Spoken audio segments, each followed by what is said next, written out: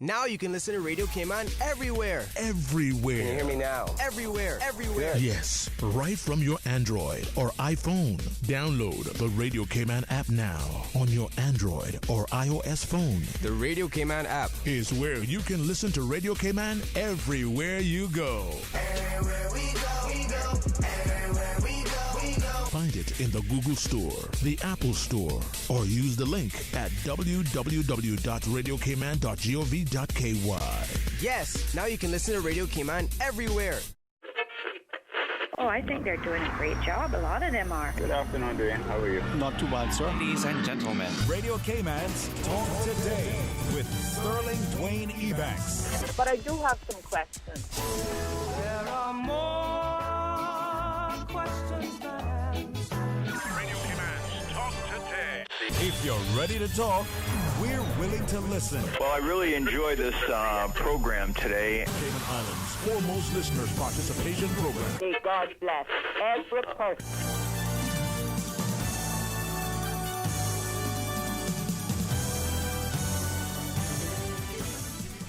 Hey, good afternoon and welcome. It's another fantastic Friday's edition of Talk Today as we invite you to be a part of our discussion.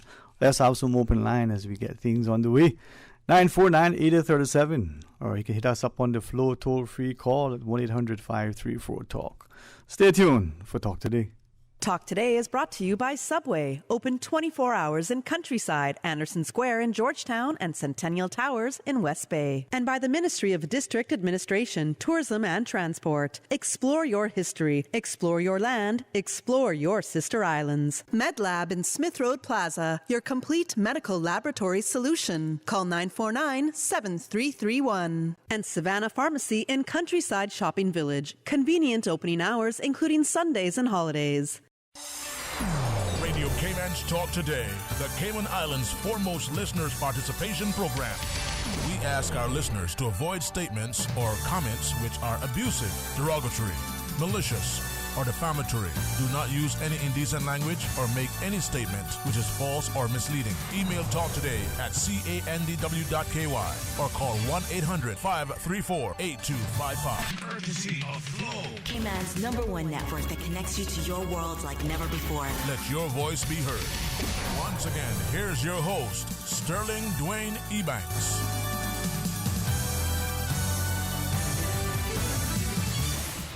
Hey, good afternoon and welcome. Thanks for calling.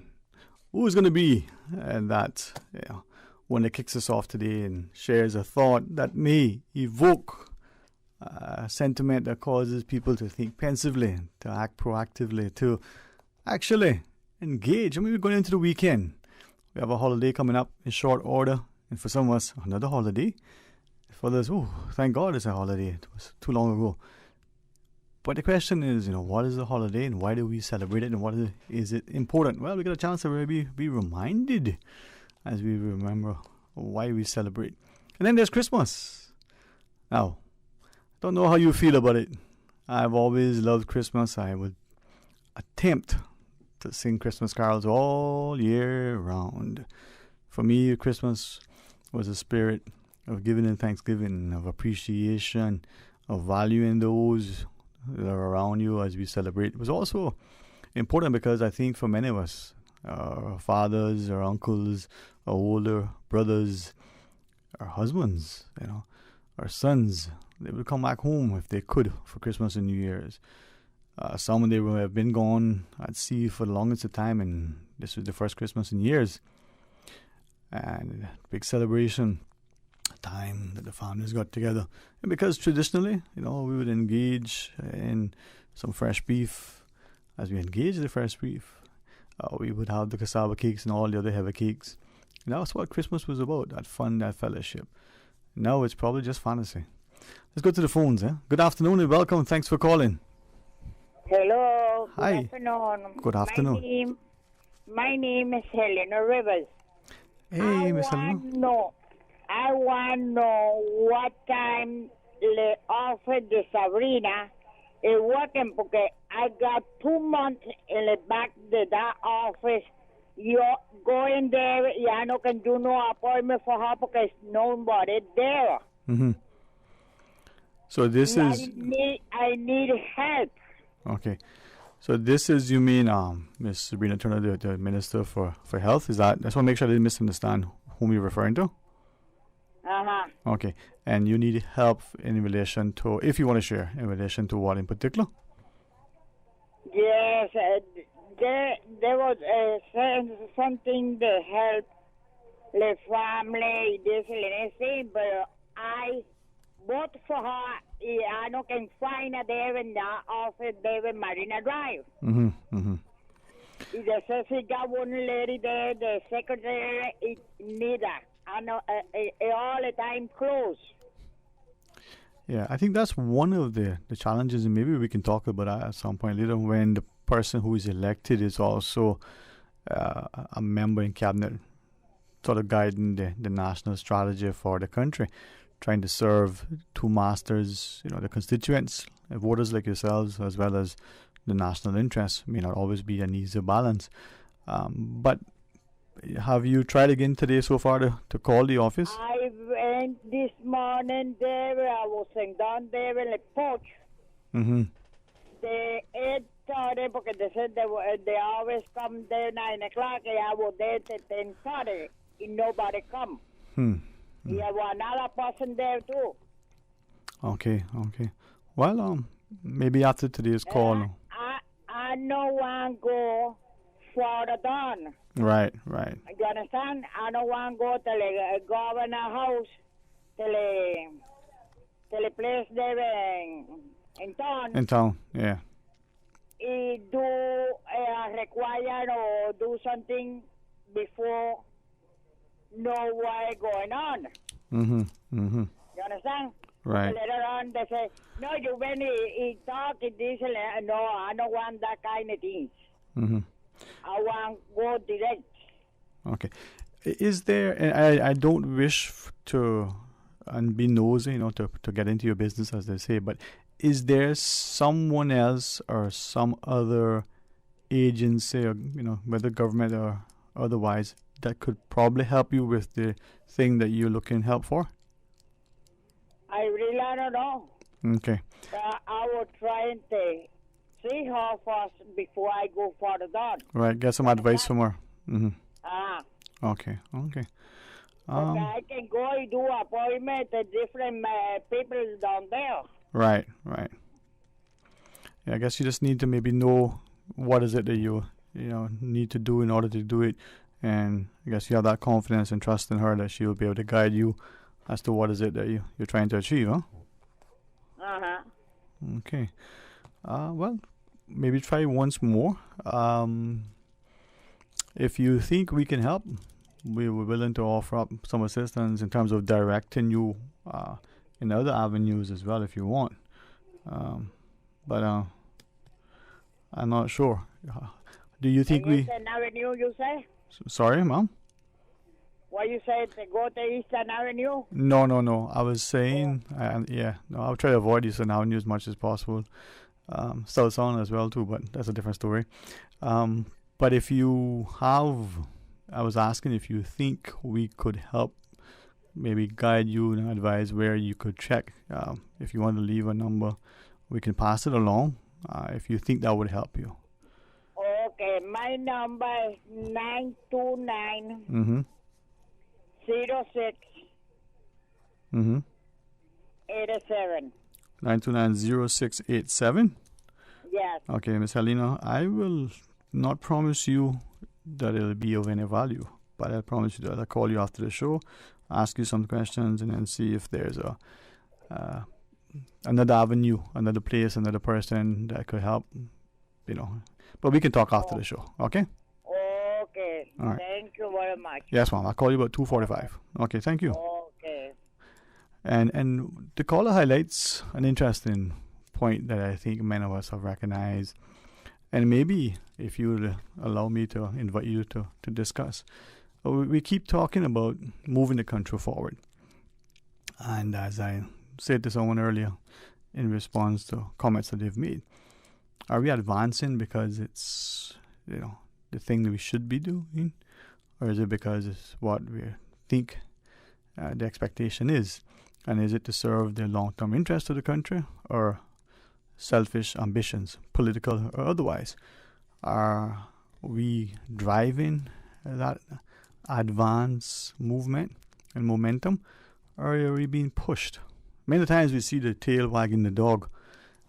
We hear the word independence, and I certainly would be open to being educated and informed and enlightened about the whole thing. But increasingly, if we look at businesses and we talk about the way businesses are formed, joint alliances, whether there have been mergers, and not just acquisitions by companies to take over and expand their market or acquire technology or other resources and the like, but where it would seem that the companies have gotten together to have a strategic partnership. Then we look at countries, independent countries, having their own flags. Some have a permanent seat at the Security Council at the UN that seemingly dictates what the rest of the world should be doing, and others having what should be an equal voice but really don't. But there's a growing interdependence, economically, but also politically. So are we looking, as we hear people talk about, a government coming to a perspective where there's a unified currency, a single market economy, perhaps uniform tax codes, different things to seemingly have a semblance of uniformity? Well, is there such a thing now as independence? Perhaps Russia and China, nations of that clout, may differ, but the amount of sort of reliance that some economies have on others, the US in particular, and maybe now the UK, as it's not part of the EU, can see increasingly that there's that interdependence. Some would even say dependency. If Scotland becomes independent of the European and remains within the EU and is absent from the UK, where does the UK's oil and oil revenues come from? If we look at other places, is it that their economies are buoyed heavily by past explorations, expropriations, exploitations? Take, for instance, the growing call for some sort of, repayment, as it were, for the colonizers or when they went to the new lands and they acquired all these things. Maybe the antiquities and art and the like that has been liberated. Should they be returning? Should there be, compensation for such? Questions that sometimes are difficult to ask and even harder to engage because people may feel that there's some underlying emotive sort of response and even ulterior motivations. Well, it's a Friday, and what better way to get into some discussion than on a Friday? So if you're inclined, give us a shout and share your thoughts with us so we can understand what you're saying. 949-8037 or 1-800-534-8255 or WhatsApp 925-3261. Stay tuned for Talk Today. Savannah Pharmacy. Shop local and get a head start on your Christmas shopping. For ladies' handbags, clothes, shoes, fragrance, candles, and cosmetics with the newest Farmhouse Fresh line of skincare. For the gentlemen, clothes, shoes, fragrances, gift sets, and toys and games for the kids. Savannah Pharmacy provides you with more than just prescriptions. Remember, they are always just around the corner with everything your family needs. And convenient opening hours, including Sundays and holidays. Savannah Pharmacy. For more information, call 946-3336. A friendly holiday reminder. You can WhatsApp your Savannah Pharmacy prescription to 929-5045. That's 929-5045. Freedom, Kim Rack. Freedom, Little Kim. Soft breezes, blue waters, no traffic. Unwind and rejuvenate your mind, body, and soul. Sister Island Staycations, a taste of freedom. Discover all that our sister islands have to offer. You can now register to receive a securely verified digital copy of your COVID-19 vaccination status with QR code through the My HSA patient portal. Sign up is available at all HSA locations and at various sites throughout the community. To register, all you need is your photo ID showing date of birth and a valid email address. Visit hsa.ky and click My HSA Patient Portal for the sign-up schedule and more information. The Department of Commerce and Investment is asking clients to use their online services at www.dci.gov.ky for trade and business amendments, grant and renewal applications, and more. While the DCI counters remain open from 9 a.m. to 4 p.m. Monday through Friday, you can stay safe, avoid the line, and save time by applying online for business services at dci.gov.ky. For questions about the DCI's online service or other licensing, enforcement, or regulatory matters, please email info@dci.gov.ky. The Department of Environmental Health would like to advise West Bay residents to get their bulk waste ready for collection from November 1st to the 6th. Household appliances, furniture, and other items too large to be handled by the weekly DEH collection crews should be placed by the roadside, where it is easily accessible to DEH collection crews. Metals and vegetation should also be separated from other bulk items. Do not obstruct the roadway or storm drains, or place tires, construction and demolition waste, hazardous materials, or electronics. For more information on the West Bay bulk waste collection from November 1st to the 6th, please contact DEH's Solid Waste Management Section at 949-6696. Talk today. But I do have some questions. Talk today. Cayman Islands' foremost listeners participation program. Talk today. Because there are more questions than answers. What the public is saying. Waiting to take your calls right now. Sterling Dwayne Ebanks.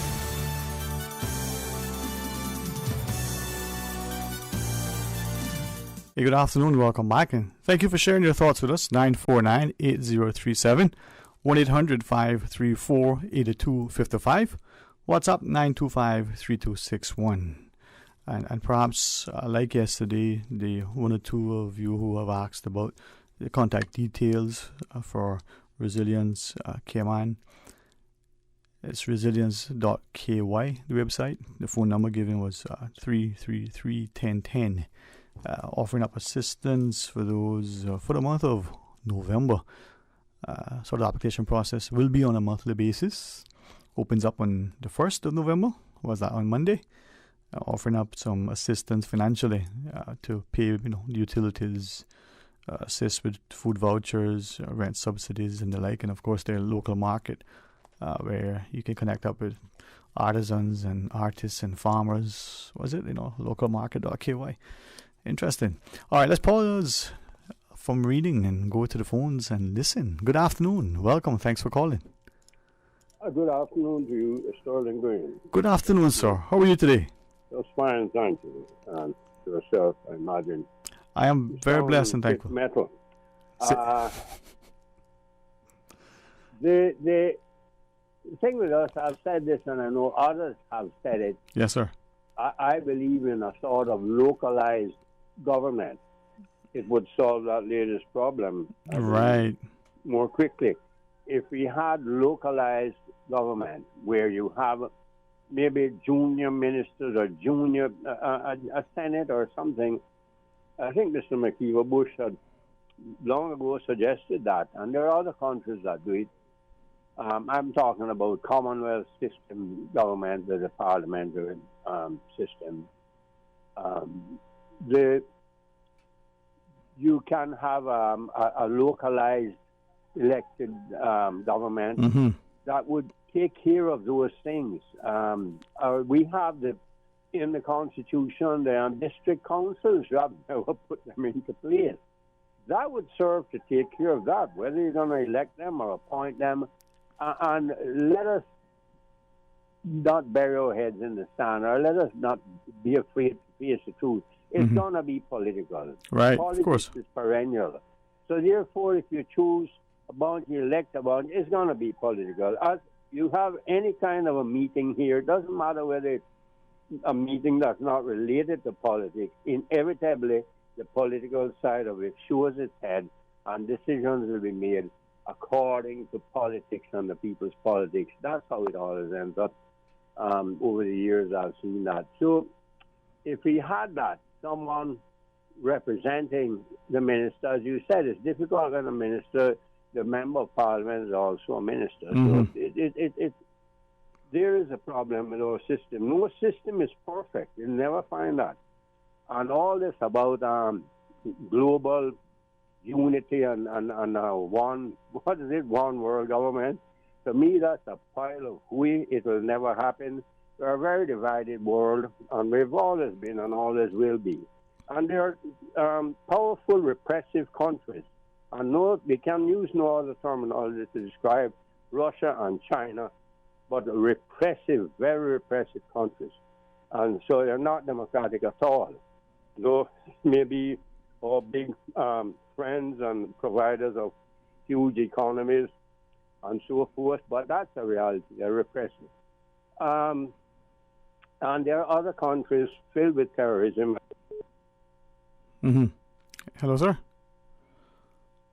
All right, perhaps he hit inadvertently. Sometimes the screens are quite sensitive, so certainly, hopefully, he can reconnect up with us. But as we're listening to him, maybe that sort of devolve government. Are you there, sir? Okay, he'll get back up shortly. Perhaps we can do that at some point and engage him as he is able to.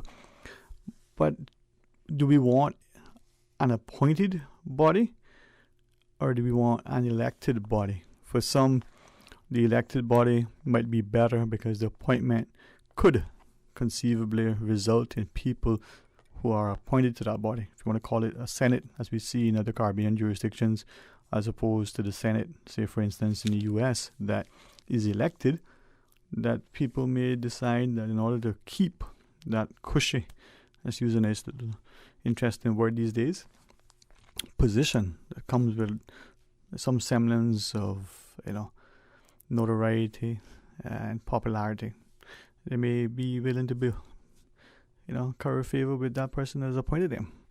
Let's try the phones. Hey, good afternoon. Yeah, hello. Yes, sir. Good afternoon. Good to have you back. Where you been? You on a vacation? Well, is it a vacation if you haven't gone anywhere? It's all what do you call that, don't they? When you stay at home and go on vacation? You see, long before, right, that word became something, there were a few of us who used to do it, right? We would go up Bacchus. We'd have a little, even before... Called staycation. Staycation. We have adopted so much terminology and applied so much euphemism to things these days that they little have value. But no, I was here, very glad to be. I have no intention of being elsewhere. If I can, I'll remain forever. But I'm very glad that... you had some time off. Yes. Very glad that Miss Norma and Miss Paulette proved that Mr. O.C. was able to sit and allow me to, even if I had to do some other things, But how are you? Well, I'm good. I'm calling because I'm a little upset this morning because... All right. Because I just came down to Canton Restaurant. The Canton Restaurant Mm-hmm. And I came in here, and when I'm coming down, this guy is the guy that owns about 4 or 5 bars up there. Mm. And every now and then he blocks off all the parking lots. Uh-huh. And he gets to have this party. Then those people are going into his business up there. It shouldn't happen if this thing about the virus now. And they got in. I know there's not going to be nobody checking who got this and who got vaccine and who all that stuff there. And them kind of things is what spreads the thing, And I don't understand why they let him go and block off parking lots and stuff with tents and all that foolishness that he can have his party there. Who is he? I mean, this is what I'm saying. We have lost any control of anything anymore. Them guys shouldn't be able to do that because they sometimes block off parking lots for other businesses in the area. Mm-hmm. And then they could have when this thing starts and with all this stuff with the people up in there coming in and out. You think anybody could be caring about? They're looking for liquor. But then I'm really, it makes me sick when I see these things, and I don't know who gave him the license that he could do. He got a license, but I don't know who told him he could go and put them tents and stuff with it tonight. So let's ask the question, right? And I hear what you're saying, but go back to what you just said. You don't know who gave it. So a person has a business. Let's use the example that you were given. You know, there's an entertainment space, so partying, dancing, music, drinking, and you know, people enjoying themselves, right? Maybe the last hurrah. Enjoying themselves with the increase in the virus that I hear now that this thing got, how many hundreds now we got this thing, and I went up in the hospital yesterday, and they told me I couldn't go up there and visit the sick people because there were too many people in there with this virus. Yeah. And well, he can have a party because he decided he won't have a party in the midst of this kind of thing. Right. No. So let's take the two, but take the first one first, right? If a business, and like the one you example you gave in the Strand, takes up what probably is already insufficient parking spaces, giving them the amount of people who drive cars to go places, right? 10 of us going somewhere in their 15 cars. Somebody must have either approved it or turned. I don't. What I'm saying is right. That whoever approved it should have thought about it before they gave it to him. Right. I don't know who approved the stuff. Or have they turned their blind eye to it? Because it's amongst the same thing. Some time ago, the same guy had, and I know about fire safety and all that kind of thing. Mm-hmm. The guy had the parking lot blocked off up there. Chanton restaurant had a few parking lots, then the rest of it was all on the other side. Right. And he had blocked off in front of his house. And the exit stairs coming down were blocked. Right. Where the people couldn't get out if there was an emergency. And I called the West Bay Police fire department. They came up and made them move them. Right. Well, I must commend the fire officers. They're an incredibly diligent, highly trained, very responsive, professional, personable. I mean, they're an example of professionalism and public service. I mean, we have to commend them. Very responsive. From a bushfire to, God forbid, something much more serious. You know. But then, to your point, though, I mean, what are we going to do about it as a society when we see behaviors, whether it's approved by some authority that has the requisite discretion vested in them to do so, or whether it's taken upon people to just do because, what does it say? Sometimes it's easier to ask forgiveness than permission. You've seen it. You've identified it. If it's an issue, will it now be corrected? What I'm saying is this. I don't know if somebody gave him permission. Fair enough. I don't know if they did, because the last time that I came up here and I saw that we had blocked off all the other parking lots where their people had to go in there and use all the parking lots in front of the Canton restaurant and places because they didn't have any left, and they had a bunch of tents and stuff up there. People doing, I don't know what they were doing. Mm-hmm. This is what destroys came on. And somebody should come down, take a look at it, and tell him that you can't do that, because with this coronavirus, the number of people that can be in there tonight. And when I hear him complain that the chief medical officer is talking about how careful you got to be now because you got so many different things in it. I don't know. Dwayne, let me tell you something. I am so tired of seeing people that come here from foreign countries getting away with stuff that a poor Caymanian, I'll give you an example. It's just like when some poor Cayman kid, some Caymanian, poor, whatever, he go out and get a stick of ganja, and they catch him with that, the likelihood he go into court and might wind up in jail or something. They got a thing here now down, like I tell you where it is. It's down there by that office supply place there where Semboko is. They got a vape shop there. That stuff kills people. It's killing people. It's destroying people's lungs. And they got a license to sell it here in Cayman. And I see people going in and buying this stuff. What is wrong with us? I'm tired of it. I'm tired of it. For money. The good book says that the love of money is the root of all kinds of evil.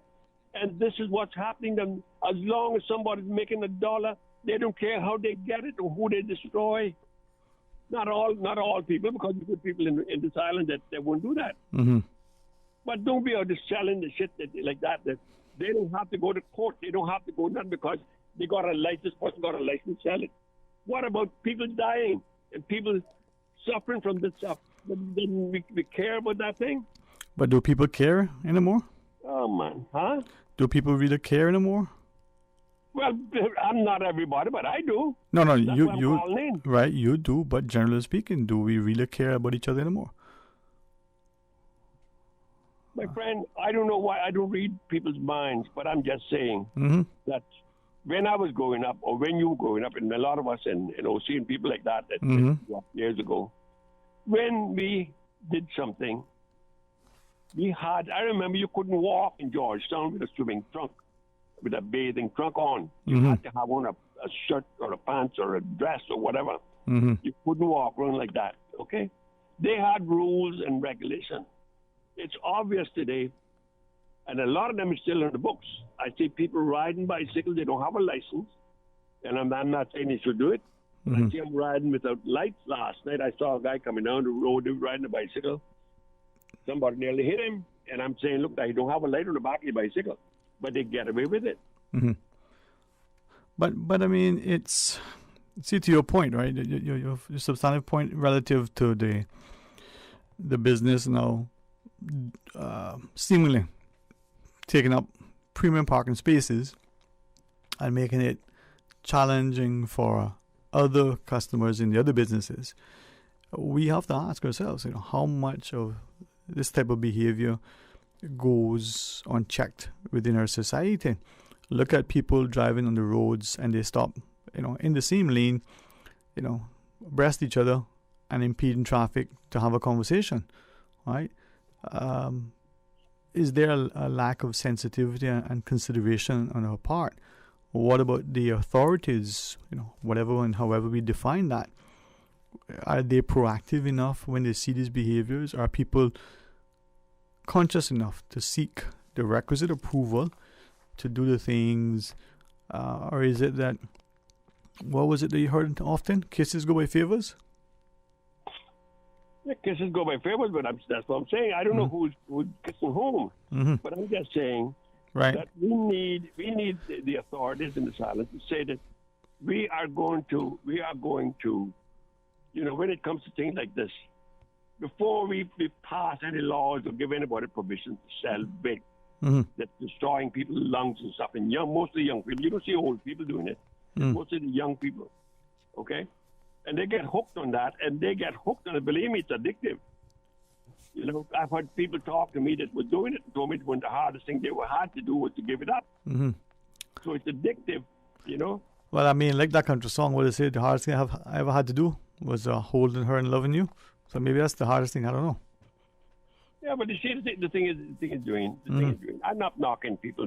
I mean, business is business. You got to do business. But I'm saying that when it comes to things like that, where it's destructive in terms of in society in a certain way, that you don't want to give them license. We just said, look, we don't mind you operating your business, but you can't sell this. Period. That's it. That's all they need to know. Right. And if you're caught doing it, such and such. But now ganja, the thing that gets me why I mentioned this stuff, this great thing, because ganja, and I've never known anybody dying sick or just being, destroying the lungs and stuff from smoking ganja. I know people have smoked ganja, and I don't smoke it, but I'm just saying. Right. People for years have been doing it, and nobody, they're still walking around, they're still healthy. So ganja can't be that bad. But when I see somebody get a license to do this artificial thing, this vape is supposed to cure you from smoking cigarettes. You imagine now, you can give you a cure from smoking cigarettes so you can kill yourself. Right. But I mean, go back to the smoking of ganja, and unfortunately, whatever word we ascribe to it can have a particular connotation, and ganja may be more negative than marijuana, which may be less than, say, cannabis, right? But I harken back to Dr. Glover, his public sentiments expressed here as a guest on the show, and his expert testimony before certain juries within the U.S. Court system, right? And he shared that the way we smoke, he's the expert, but we tend to puff on certain things, inhale deeply on certain things. So the way we smoke, and ganja being one of them that you take a deep draw into the lungs, that could have significant consequences. Now, I also think back to a professor at UWI way back when, where one of his favorite students had shared that she's convinced, based on what he shared, that his brain tumor was probably caused from his prolonged smoking. All right, but maybe you are right in that it does not in itself pose that sort of criminal-minded behavior as alcohol or any other drug. So should that then lead us to consider that if we're going to legalize, not just decriminalize, but legalize it, that we look at the quality control, the propagation, the growing and the distribution of it to ensure the quality and the testing of it, so that we don't have it mixed with other stuff, as allegedly has happened, in years gone by and maybe still today, that could be affecting people in a negative way. That is not just the natural plant rolled and smoked, but it's the combination with other things. My friend, all I'm saying, Dwayne, is this. What I'm saying, Dwayne, is this. They have a thing now. It's the law in the Cayman Islands. And the point I'm trying to make is this. If you smoke a stick of ganja, or you grow a little thing in the backyard of your house and you smoke it in your house, and they catch you, you are liable to be in court, going to court on something. Right. But giving a license, and it's known that this vape destroys your lungs, and it's doing it for mostly young people, How can you give license for that when... I don't want to... Right. So no, fair enough. And maybe I'll leave this with you to ponder and others. Maybe when we're looking at, again, back to the earlier point that I made in terms of advancing our society, maybe we should consider the age at which legally people can drink some alcoholic beverage, smoke some tobacco product or the like, follow good practices in other areas, maybe adopt this one as well. And that push that we see in some places towards tobacco 21.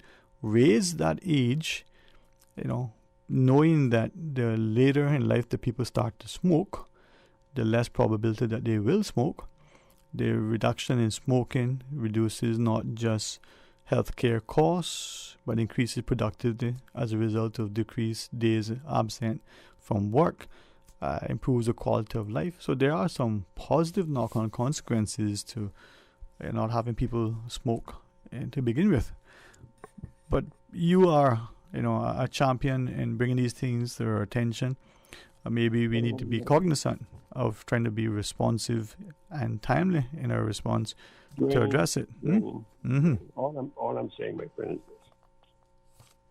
I don't smoke vape. I don't do nothing. I don't do none of this stuff. Right. It's like pharmaceutical companies got stuff, painkillers out there that's addictive. And I know people that were addicted to this. I forget what they call it. This metformin or something is coming the day after. And they got addicted and their life is destroyed. But we sell it in the big stores. What I'm saying is, Dwayne, is we don't need no more things on this island to destroy young people's minds and stuff like that. This stuff, this vape stuff is a money. All it is about making money. Right. It has nothing. It's not helpful in any way. It doesn't do anything good for anybody. I don't know. Man. Well, what I'm saying is, I'm not gonna do it. None of my children can do it. Can we ask of you in relation to what you called about initially the parking lot? Maybe if it's appropriate, call the fire service, but also maybe is it still called the liquor licensing board and inquire. You've made. Dwayne, what I'm doing now, I'm hoping when I call the station, somebody out there would be listening that has some responsibility in this area. That will say, go down and take a look, see what they're doing.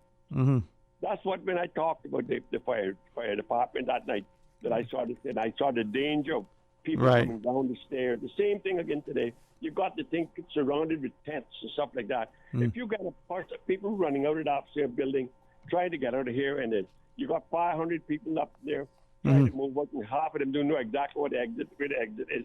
You don't think somebody's going to get hurt? Well, you've brought it to our attention, and like you said before, the fire department would probably... All I'm saying is anybody who is in authority out there, just go down and take a look. I'm not saying that I'm completely right on everything. But when I look at what I see, I don't like it because I've somebody can get hurt. And not only that, but it's going to be this gang of people, a bunch of people that's mixing and going on, and half of them not going to be, but they can be drinking. They're not going to be wearing a mask all night and doing all the stuff. So yeah, I'm just trying to be helpful. That's all I'm doing. No, and you are, and that's kind of but I appreciate it. But don't hold your breath to see any immediate response from anybody. All right, my friend. All right, man. But thank you. And the caller's passion is evident, or we obviously can recognize sometimes. But the question that should be asked: do we have to wait for somebody to do something? Do we always rely on the authority, whether it's the police, whether it's some other entity, to respond? Could we not, as citizens, out of a sense of civility, a commitment to society, the notion that good follows good, that we do the right thing because it's the right thing to do? Now, there are many of us who would probably appreciate that we get ahead at some other's expense, and so as long as we get ahead, we don't really care at all about the other person's downfall. In fact, for us, the less of them, the better it is for us, because less to compete. Thankfully, at least prayerfully, I hope there aren't many like that. Maybe there are more of us who love each other, who are kind, considerate. But from what we see, from the driving on the roads to the behaviors of many of us, we have to wonder, where are we heading? And certainly going there pretty fast. All right, Mr. Fox is on the other side of the line. Let's pause and take this break. Can we go to the news at the same time, Mr. B? All right, well, when we come back, join us as we be reminded of why we have the healthy democracy we have, because of the service and sacrifice of those who've gone before. Let no man steal it from you, deny your voice, and deny your space, and deny your place. Stay tuned for Talk Today. You see how hard it's raining? Yeah, and I don't have time to fight traffic and get my lunch from Subway. I have so much work to do. Why don't you order Subway by using the Let's Eat or Bento app? Save time, stay dry, and get your sandwich fast. I never thought of that. Great idea. I'm going to order now. Order me a veggie pizza while you're at it. And a cookie platter for the office. Too busy at work or home? Is the rainy weather stopping you from dining out? Order your favorite Subway sandwich, wrap, or pizza through the Let's Eat or Bento app with fast and reliable delivery. Subway, eat fresh.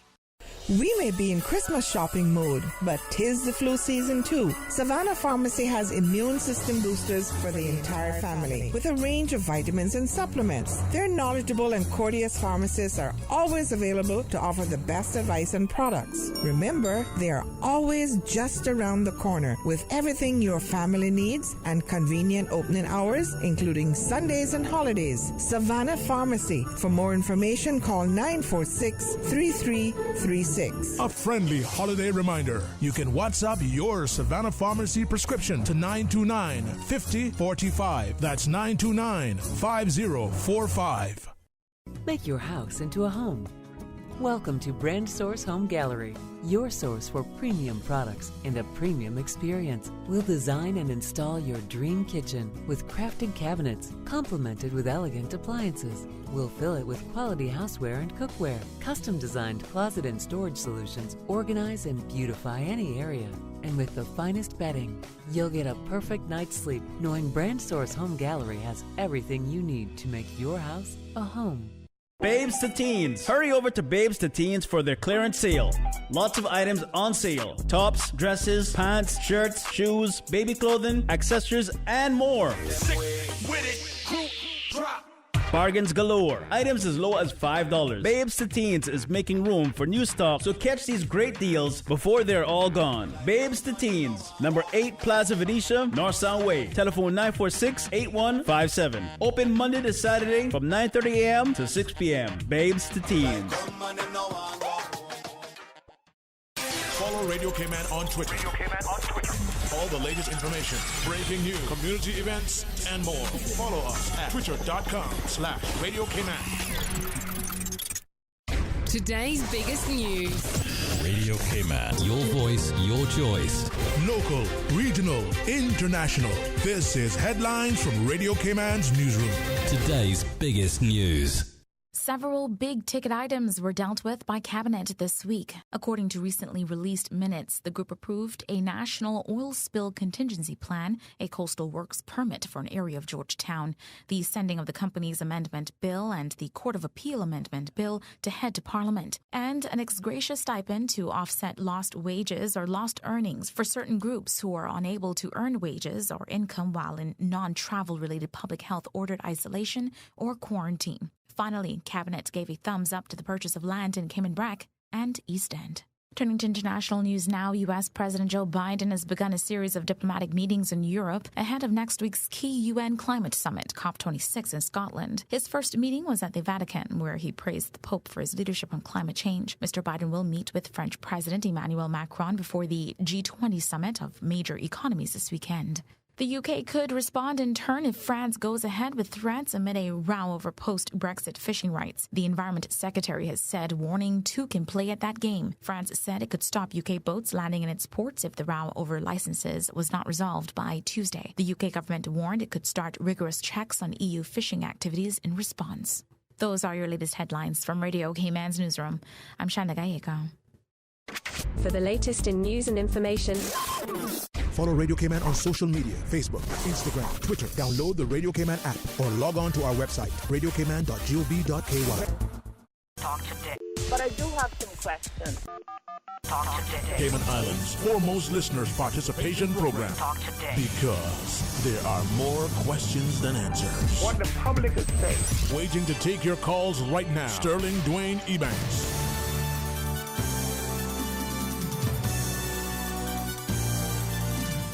Hey, good afternoon. Welcome back. Thank you so much for joining us as we invite you now to strongly look in a very healthy, respectful, responsible way at the space and place in which we live. And as we join Mr. Loxley Banks in a moment and have him, sort of guide us, not just share the narrative, but remind us, to whom much is given, much is required. And we are always cognizant that the freedoms that we enjoy, public, have come as the service and sacrifice of many who've gone before. And so we should be the defenders of these freedoms, the champions of this democracy, the promoters and protectors of our property, not the physical, but the mental faculties that we enjoy. And I think as Mr. Loxley Banks, people like Mr. Paulie Banks, Andrew McLaughlin, and many others within the Veterans Association have reminded us that as Caymanians in particular, we serve from the Trinidad Royal Navy to even efforts in World War I. And I think, Mr. Loxley, the records will reflect that even Spanish-American War, maybe earlier. Well, there are reports. We have not really been able to definitely confirm it that there were Caymanian participation in the Spanish-American War, but the source from where this emanated, we think was reliable. Well, I had an opportunity just recently to listen to, I guess a story, as it were. Now, what happened here? Okay, there we go. And one of the interesting things that was sort of shared with us was that, we, as people, we tend to embellish and exaggerate. But almost in the same breath, we downplay a lot of things if it paints us in a particular light because we don't want people to think that we're arrogant or, somehow... Braggadocious. Braggadocious, that's it. And so here's a story that was being shared, and it transpired during the Vietnam War. And as many Caymanians went up to the U.S. in the 40s, the 50s, and the 60s even, and some of their... from the 30s even. From the early part of the century. Yeah, right. And their children came into their own, and as young men, primarily at that time, became a part of the armed services. Some volunteered, some maybe have been subject to the draft as well. But they found themselves, like many Americans at the time, in Vietnam. And the story goes that, there's a particular vessel up the river, And on one side, there's friendly, and on the other side, there's foe. And there's the fire, from the big guns coming across the bow. And as the story is told, you don't realize that this is something you may have seen in a documentary or been sort of repeated in a film. But it's a real consequence of the willingness to give of yourself and to give everything. Well, that ties in with, I don't think, enough cognizance, and Andrew's here with us. So, Andrew, welcome. Thank you. Thanks for having me. He looks good today, huh? We got him, eh? We got him. I appreciate the bird that dropped him in. Anyway, what I was saying, I don't think that enough cognizance or recognition has been given to the premise that the Caymanian seafarer, let's say up through the early 50s, maybe even spilled a little bit into the mid-50s, but the Caymanian seafarer and the Caymanian veteran was so closely linked. And I mean, it just, what the analogy you just gave, just, reiterates that. Now, the modern Caymanian seafarer, I'd say from the late early 50s, I would call it, onward, probably did not have any of those experiences. But those prior to that, well, I think even through the Vietnam War, there were a few that could have, fell in that light. One and the same person. Yes. Veteran. In fact, I think there's it's not a story. I think it's a reality that one, and I'm sure this was the Vietnam War. One of a Caymanian who was in Korea during the Korean War, seaman, of course, seafarer, got drafted and sent to Korea during the Korean War. After the war, of course, he was discharged and he went back out to sea. And he traveled again on a ship to Vietnam during the height of the war. And it really got to him. Yeah. These things recurring, And I think this is where, and sometimes I don't say this lightly, and I'm certainly not unaware that it may be offensive to some, but I take it seriously when I listen to what you shared, during World War II. Andrew, we're closer in age, so to speak. You're much more handsome, but I'm much older. So too kind. and to be minded that there's a storm and other skirmishes of the like in recent times, to be told of things that we probably saw in our history books, but now to have first-hand accounts of our fathers, our uncles, our grandfathers. For me, on a personal level, and I say this to sort of not just apologize, but without apology to an extent, when it comes to our freedoms, not to take it lightly, not to allow it to be taken from you, to be respectful of authority, but not to let it just slide away, because today's despot, is tomorrow's dictator, right? Well, and there's a lot on the horizon. Yeah.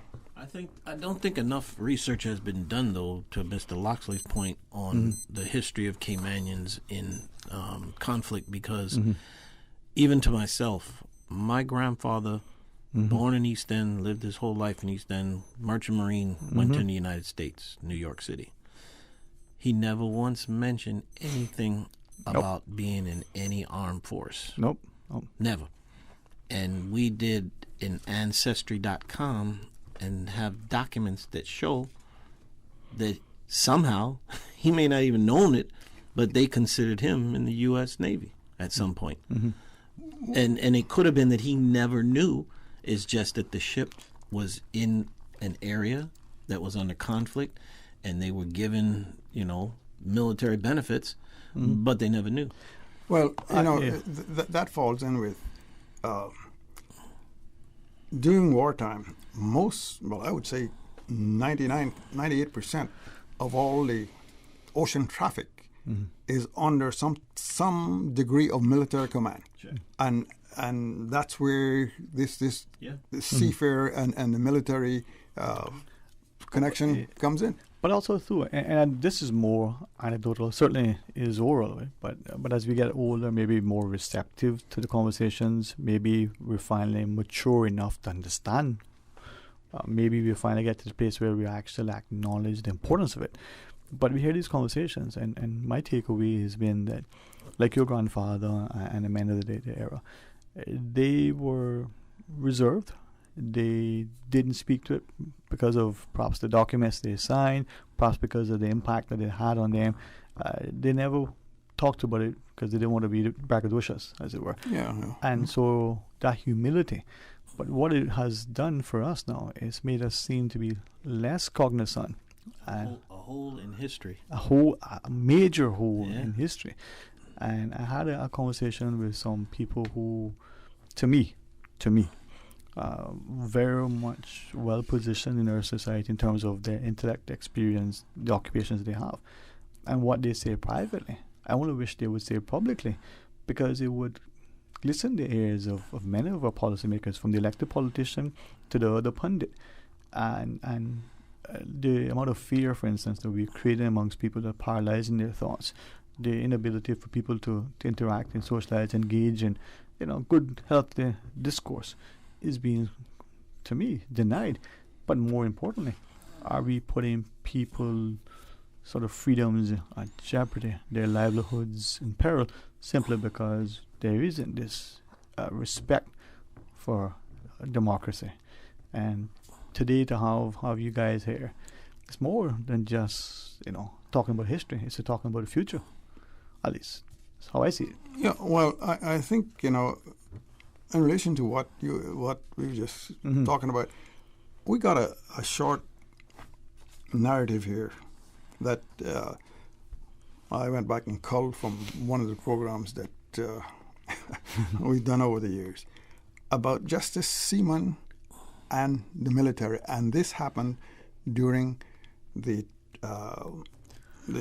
discourse of the Trinidad Caymanians in Trinidad Navy. And Paul, if you can, I think that number of that cut is 01398, I think, about 4.5 minutes, if you can get that ready to go. But it tells a vivid story of this seaman and this military personnel all rolled up in one Caymanian ball, and what they did.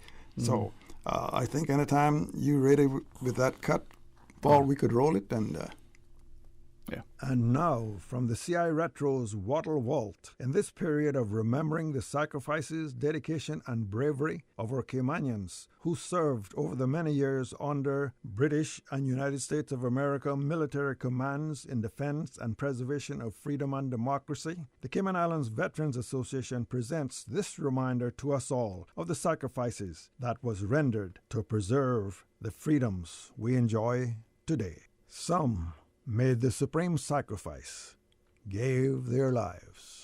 I understand that a plaque is now in place down at the Elmsley Memorial Churchyard in honor of all of those men who served in the Trinidad Royal Navy. Cap, tell us a bit about that. Actually, the plaque, it was designed to honor the 201 Caymanians that joined the Royal Navy and went to Trinidad and were trained to serve the first batch that left early in 1941. These guys, I don't think ever got full credit for the important work that they did. And there's a story that one of them had kind of reluctantly told me because he didn't want to feel like he was bragging, but he told me about an instance where they had 5 fast patrol boats. They needed more, but that was all they had, so these were very important. These were submarine chasers and so forth. And one had been towed to Barbados to have some work done on the hull and was being towed back to Trinidad to have its engine fixed and put back in service. And then a storm came up, bad storm. The boat broke away from the tug that was towing it, and it was just too rough to try to get another line on it. So the tug came in, and the commander asked for volunteers to go in a larger ship to try to find this. I'll make it as short as possible. They found it, and twice they couldn't get close enough to the boat to put a line on it because the sea was so rough. So they asked for 2 volunteers to swim to it in the middle of this storm. And one West Bear and one from Cayman Brack volunteered, and they did this twice because the first rope they put on parted. In the end, they saved the boat, and they were cited. They were called in and cited by the senior British naval officer in Trinidad for their bravery, and he heaped a lot of praise on them. And the gentleman was telling me, they said that as they left the commander's office, the Bracker said to him, "That was all well and good, but the least he could have done was give us a bottle of rum." That's kind of typical Caymanian bravado, I suppose. But just to think of it, they couldn't get close enough to the boat to put a line on board to take it back in tow. So you can just imagine what kind of weather that was, probably 12, 15, 20-foot waves. Exactly. And they jumped off of the tugboat to swim. They hauled a small rope, and then when they got on, they were able to haul the tow rope across after that. The second time they did it, the towboat actually put a raft and played a raft out until the raft came close enough to the patrol boat that they could get on that. But as they pulled it back, just as they got by the ship, he said the ship pitched down so high that the stern came up and jerked the raft underneath. And he said they could look up and see this spinning propeller right over their head. They both jumped into the water, and the stern came down and smashed the raft up. But fortunately, they were able to get around and get back on. Well, that's just a typical story of what's some of our men serving in the military and even in the merchant marine had to put up with, and their bravery and what they did in defense of freedom and democracy. The two Caymanians that were instrumental in saving this patrol boat, the Grand Caymanian was a gentleman by the name of Dwayne Ebanks. The Cayman Brack, or Mr. Carley, couldn't be sure about his name, but he thought that his last name was Robinson. But in any event, it was two very brave Caymanians. The preceding is an excerpt from a CI Retro's program on Caymanians' military involvement in defense of freedom and democracy, which featured former United States Air Force Airmen Captain Dale Banks and Loxley Banks and present members of the Cayman Islands Veterans Association. Brought to you by the Cayman Islands Veterans Association in cooperation with Radio Cayman and Breeze Radio. And remember, get your poppy and wear it. Well, I think that's a vivid description of a seafarer veteran or seafarer military man. One and the same. Huh? One and the same. Mm. But it also speaks to, I mean, if you listen to, for want of a better word, I just put the stories that were told. They were told in such a way that they downplayed the heroic efforts. Yes. They were played and relayed in such a way that there was a jovial approach. I mean, the comment from the Bracker as alleged, which could give us a bottle of rum, that was just, yeah, I mean, it was second nature to him to jump overboard in 15-foot seas. And I wonder to what extent, as a people, not just us who can trace our links back, through the generations, but those of us who've come amongst, as we celebrate who we are from our own stock, but to appreciate the home in which we now enjoy. We can mold the future generations by melding our combined efforts and make Cayman that much better, that much more resilient. It's a beautiful place, but we need to be reminded. Well, you mentioned those who come to live among us. Well, I think the majority of those who come to live among us never do acquire the level of Caymanian sensitivity that they should.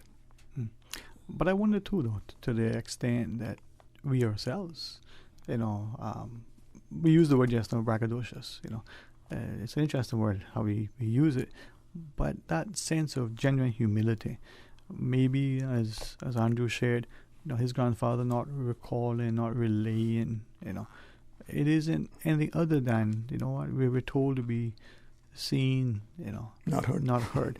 Or we believe that maybe because of the way the society was molded way back when, that it was better to let someone else bang a gong than you to do it. But if you don't beat the drum, who's going to dance? Well, you see, that kind of did work a bit, let's say, in the former time. Mm-hmm. But now, with so many things around us pounding to get recognition, if we don't speak up, then we just get buried. But let me then flip it and ask this too, because there are those, and I think I speak without fair contradiction that we commend you, for instance, Mr. Loxley, for championing this, reminding us. You're going into the water vault, as it were, and you brought these things out 40, 50 years ago that some of us are only hearing for the first time right now. But like that game where you pop your head up and you get hit down, you pop your head up and you get hit down, there are a lot of us who are trying to, rear the head and say, hey, here's the clarion call, only to be castigated, chastised, and somehow, ostracized, not just by others, but by our own. I'm mindful of that. Well. You see, you come back to the Caymanian sensitivity. Even those among us that should have this kind of sensitivity does not possess it, and many of them don't really make an effort to possess it. Yeah, I mean, you see, Andrew, we look at. I speak to the U.S., for instance, because maybe I'm more familiar with it for different reasons, and maybe certain parts more than others. But the Salvation Army, for instance, and the ringing of the bell, the significance of it, the appeal on their behalf, but the responsiveness. Then you come to Cayman and you see sometimes we are willing to give when the need is external, but we are quick to castigate when it's the neighbor down the street. Oh, his grandfather was, look at him, mama. A prophet is not without honor, they say, save his own country. What do we do? And how do we do that? Because when Monday rolls around, not this Monday, but, 3 Mondays hence, we got the 1st, the 7th, and the 15th, all right? Yeah. It's not just a Monday holiday that employers are going to complain about having another holiday, or employees are going to rejoice because they get paid for it, or whatever the reason is. But it's significant in celebrating, especially now, the freedoms that we enjoy. If you read some, for instance, and we see Australia and China and the maneuverings there, we look at maybe what the UK could be like in absence of the EU, or what the US may face with an alien president, as it were. All these things can impact us, not just in the classroom, but on our shelves. And the China hypersonic. I didn't want to mention that. Yeah. Wow. But close eye on them. And if you even transport this across the Caribbean up north, the same kind of mindset, I think has set in up there, to where these folks would rather let Russia take Crimea than step in and to do it. Yeah. And it's that kind of mindset that that fueled Hitler. Yeah. I mean, you could annex. I mean, that's the word we're going to use, right? It wasn't long ago when that sort of thing was vehemently opposed. Now it's, can I have another piece of that cake, please? Yeah. It's really. There's so much that's going on up north there, and we know how closely Cayman is connected with the North American continent, and some of the thinkings that you hear expressed up there right now, it's frightening. But this is where, and I'll ask you both, because of my respect for you, to guide me, because it's not meant to offend. Doesn't mean that it won't. But when I look at the changing geopolitical landscape, when I look at the evolving economic hardships that we're going to face, when I consider that society is seriously at risk of being destroyed as we know it, not the Great Reset that some talk about, not even the discord and division and disharmony that is evident as we are divided, but when I think the diplomacy, the investment in a corps of diplomats. What is it? I heard one, I think it was one of the UK political leaders say once, the gun only brings violence. If you want something done, you got to first come to the table and talk, have a discussion. I paraphrase, but he was certainly much more eloquent. His Oxbridge education probably paid off. Right? But it is true. And if we have a corps of diplomats who can actively engage in dialogue, come up with something, we might be able to do something much better than a patrol. And I completely agree with you. But you always have to have Plan B. Plan B got to be ready, because there's a movie, and I challenge everyone to watch the movie to get the full effect. There's a remake of an old movie called Midway. The Japanese were still in good talks with the United States when they violently attacked the people in Pearl Harbor, all the servicemen and women in Pearl Harbor. They had given no indication that there wasn't going to be peace and a treaty between the two countries. Yeah, their ambassador to Washington was sitting was sitting in when he attacked. Yeah, in the hallway of the Secretary of State to have a meeting with him, talking about peace. But that new movie is a good indication of the brutality of war. I like the old version though. Yeah, well, the old version, of course, is always the best version. But this reaches out to the new modern age in color and special effects. But it still shows the grit and determination of the underdog, and that's the United States was always classified as the underdog. Now they call them a superpower. But once a country turns its attention to one goal, there's no stopping them. And history just keeps repeating itself. Even in that movie, they were talking about Australia. And in the last 10 years, there's no secret that the United States, Australia, and some others have been building up the forces in Australia because of the threat from possible China. Yeah. So history just continued to repeat itself. We don't learn from our mistakes. And you connect that up, China and the Japanese. The same, they basically have the same sort of psyche now, I think, that the Japs had in the late 30s. But then, as I listen, this is where I think we get to learn, right? You have experience of life. You have the practical experience of wartime efforts. You've seen what it is like to have a disciplined approach. There are many of us who are sort of armchair academics. Some of us who, could I borrow my mother's phrase, just blow hearts, right? We don't have nothing to say, but they don't shut up. They keep talking. Sadly, we're not thinking enough. We're not engaging our minds. We're not sitting and reasoning and trying to figure out what moves us forward. And if not dialogue and diplomacy, then the outcome will be the plan B. And then at what cost? So maybe as we celebrate Remembrance Day, as we are mindful of what the poppy signifies, we understand the toll on humanity, and let's avoid that by coming with a sense of love. And a special reach out on Remembrance Day to everyone in the Cayman Islands. Please go back to Grandma and Grandpa on Remembrance Day and ask, has anyone ever served in any of the forces in our family? And you're going to be surprised. Yeah. Very much surprised. And you'll be surprised how recently.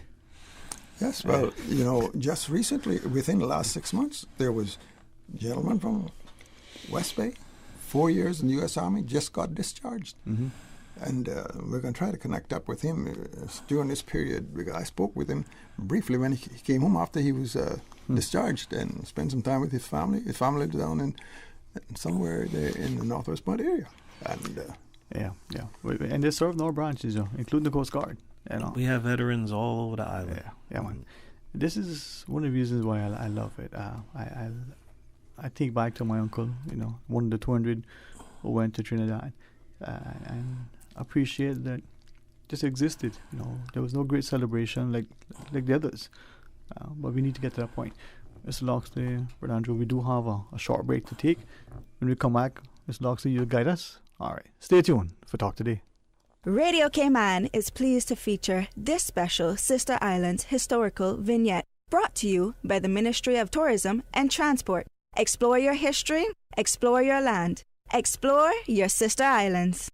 Through several accounts, the first blacks to make Cayman home were runaway slaves from Cuba called Barba and Mateo, and they settled at Watering Place on the island's northern shore. The former is also commemorated in the name of Barber's Well. This well was said to be very deep and have no bottom. Barba and Mateo are said to have been adopted by Robert Scott and one of the riches. changing their names to Ben Scott and Thomas Matthias Rich, and later were known as Old Daddy Ben and Old Dick.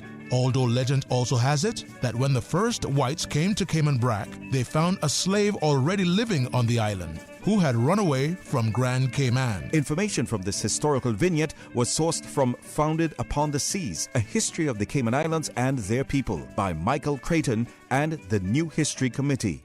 Radio Cayman is pleased to feature this special Sister Islands historical vignette, brought to you by the Ministry of Tourism and Transport. Explore your history, explore your land, explore your sister islands. Wouldn't it have been grand if you had purchased land 30 years ago? It may not be 2020, but a perfect vision has never been more clear. Cayman Brac and Little Cayman, poised for growth with an eye on the future. Your land, your history, your future. Discover all that our sister islands have to offer. For medical lab services in Cayman, go straight to MedLab. Blood test, x-ray and mammogram, all of that is MedLab. Affordable fees and friendly service, a full professional team. MedLab is always comfortable, MedLab is always clean. For medical lab services in Cayman, MedLab. Call 949-7331 and ask about MedLab's new state-of-the-art digital mammogram machine. As the community continues to take precautions from COVID-19, it is important to stay prepared for other disasters now that we're in the hurricane season. Here are some post-hurricane safety tips from the Department of Environmental Health. Did you know that you must discard fresh fruits and vegetables, meats, foods in canisters, dented, leaking, or rusting cans after they have come in contact with floodwater? For full guidance on post-hurricane safety tips, visit www.deh.gov.ky. Savannah Pharmacy. Shop local and get a head start on your Christmas shopping. For ladies' handbags, clothes, shoes, fragrance, candles, and cosmetics with the newest Farmhouse Fresh line of skincare. For the gentlemen, clothes, shoes, fragrances, gift sets, and toys and games for the kids. Savannah Pharmacy provides you with more than just prescriptions. Remember, they are always just around the corner with everything your family needs. And convenient opening hours, including Sundays and holidays. Savannah Pharmacy. For more information, call 946-3336. A friendly holiday reminder. You can WhatsApp your Savannah Pharmacy prescription to 929-5045. That's 929-5045.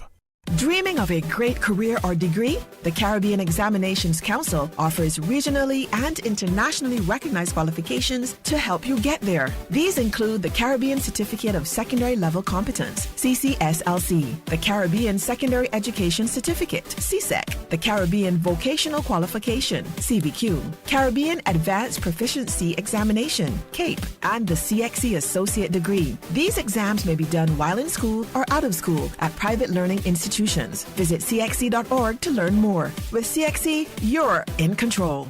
Some believe cancer doesn't happen to people who are young, healthy, and happy, but it does. The Lions Club of Tropical Gardens invite the community to join the Brenda Tibbetts Lund Memorial Virtual Walk Run, October 29th to 31st, in honor of Breast Cancer Awareness Month. Walk any day between October 29th to the 31st. Walk alone, run with a team, or participate with your family. Registration is only $25 at eventpro.ky or the Lions Club of Tropical Gardens Pink Shop on Shedden Road, located across from the Mango Tree Restaurant parking lot. Registration includes a t-shirt or tank top and raffle entry. Funds raised will help to support mammogram screenings. Post your walk-run photos to Instagram, Facebook, and Twitter. Hashtag BTL Walk Run. Hashtag LCTG Breast Cancer Awareness. Email photos to bcawareness@gmail.com. The Lions Club of Tropical Gardens Brenda Tibbetts Lund Memorial Virtual Walk Run, October 29th to the 31st. Just never give up. 20 years. Remember when Crew Road had no median and Linford Pearson was only 2 lanes? We do. When Dirty Reeds was down the street? We do. We have been there for the falls, the growth, and the rise. When your body and mind needed to change, Powerhouse Gym has been here. We've skated with you. Your first date, your daughter's first time on skates, your son's first strike. From football to squash, to karate and hockey, to bowling and concerts, and everything in between. For 20 years. So much has changed, some for the good and some not so much. Through it all, King Sports Center has been here for you, for Cayman. King Sports Center, celebrating 20 years as Cayman's home for fitness, recreation, and relaxation. Come on, Cayman. Let's get ready to reopen. Countries all over the world are proving life can go on and we can safely coexist with COVID-19 in our community. With open borders, our readiness will be vital to protect each other and our islands. We can do this. Have your voice heard and pledge you are ready to safely reopen. Visit reopencayman.com. Join the movement and pledge that you are ready to reopen on November 20.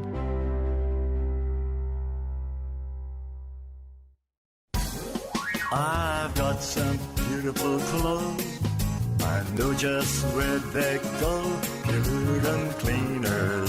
From now on until October 30th, take advantage of our 12% discount on Wednesdays, Thursdays, and Fridays on all ladies and gents wearing apparels on orders $18 and up, except on wedding dresses and evening gowns, which will remain at the standard price at 10% off prepay. Offer valid at all 3 locations: Savannah Countryside 946-1884, Elgin Avenue 949-2452, and Eastern Avenue Drive-Thru, rain or shine, 949-7104. Puritan Cleaners, you feel good when you know you look good.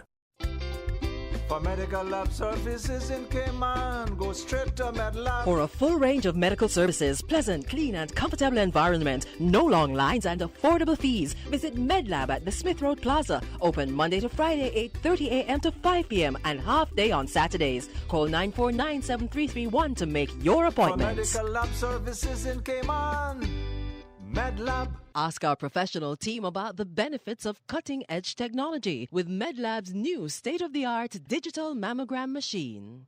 Talk today. But I do have some questions. Talk today. Cayman Islands' foremost listeners' participation program. Talk today. Because there are more questions than answers. What the public is saying. Waiting to take your calls right now. Sterling Dwayne Ebanks.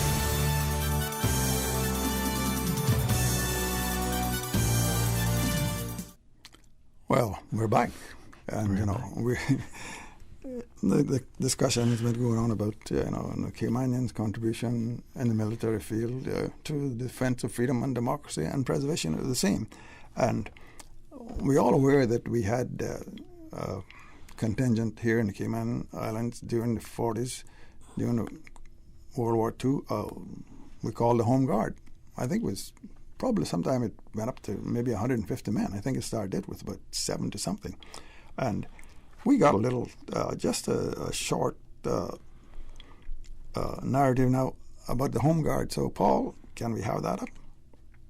The following narrative is from the CI Retro's Wattle Vault, featuring members of the Cayman Islands Veterans Association, highlighting the dedication, sacrifices, and dangers Caymanians faced in the defense and preservation of democracy during democracy's most perilous times. Now, we're talking about Caymanians, and I will start right here at home. The Home Guard, which I believe was formed prior to the fellows going off to Trinidad in the Royal Trinidad Navy, and in the Home Guard itself, I think there was probably over 200 men serving. I don't know the exact figures. I can remember as a little boy being in town with my mother and seeing them drill.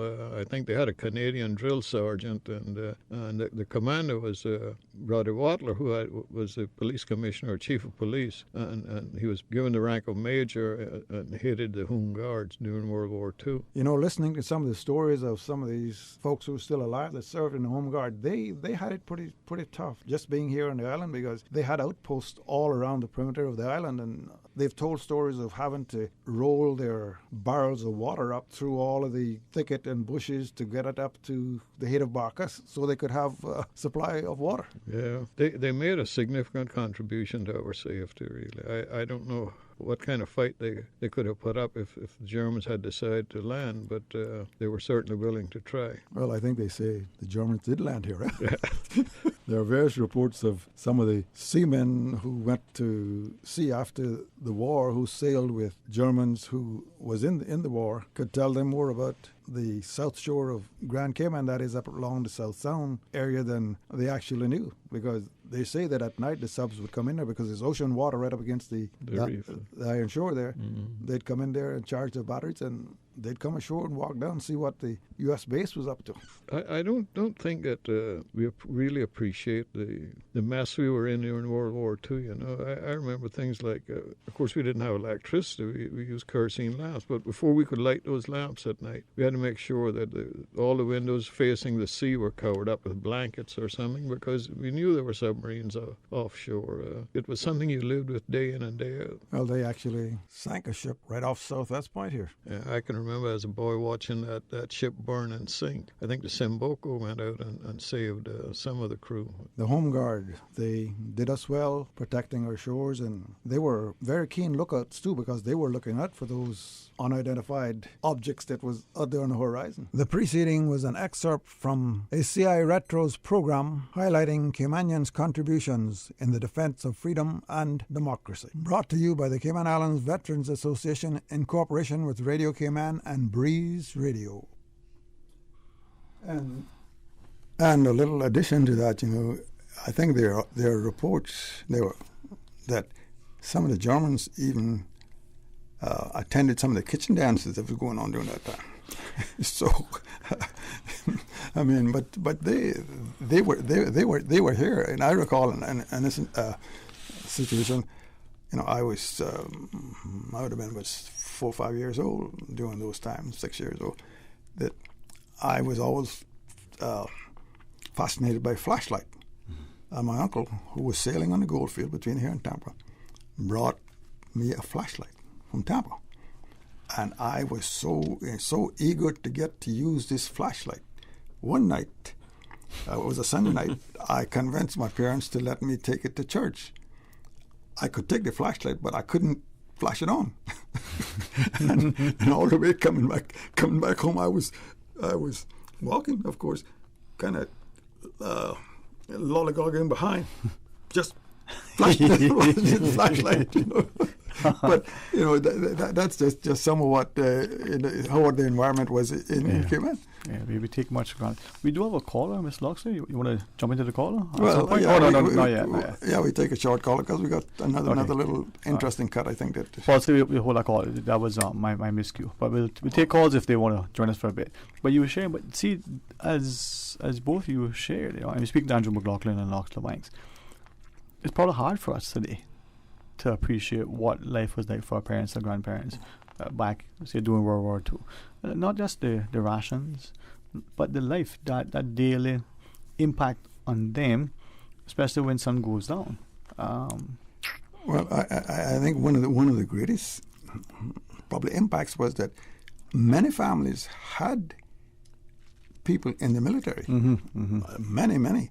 A lot of them sailing the seas, and they would not hear anything from them for weeks and months. And, you know, the stress that some of them went through, I can recall, I think, from 1942 to 45, my father was out in the Pacific, out amongst all the islands that was, you know, they were taken and using them as stepping stones to go to invade Japan. And there was, I guess, months that we hardly heard anything from him. And my mother was, boy, you know. And he later told me, and he was trying to convince me, son, sea life is no life. Don't go to sea. Yeah, you know? Yeah. But if you want to go, go. But relating, he was on a big tugboat, U.S. Army transport big tugboat, towing oil barges amongst all of this conflict. And he told me he saw barges exploding all around him. He was quite lucky. In fact, there was 3 Caymanians. Prime target. Yeah, there were 3 Caymanians on that tugboat. My father, Baxter Rivers, and Wady Connolly from Northside. I think that's where Mr. Wady was from. You see, that's the thing, right? We don't... Again, I come back to maybe as we get older, we're more receptive to the conversations, right? But we don't recognize that maybe in today's language, some of these seafarers, these veterans, part of a convoy, humanitarian effort, and hidden amongst that are munitions.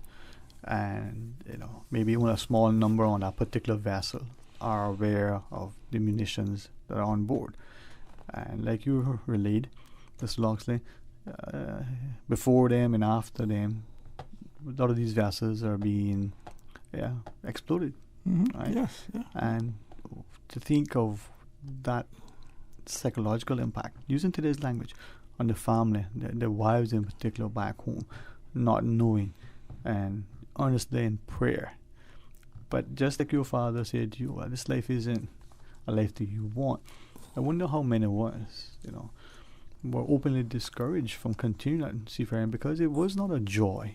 It wasn't something that was pleasant.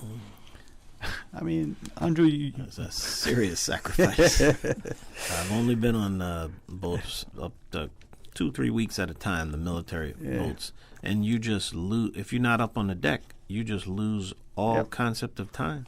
The only way you can tell what time of day it is by the food that they're serving. Showtime. Yeah, that's.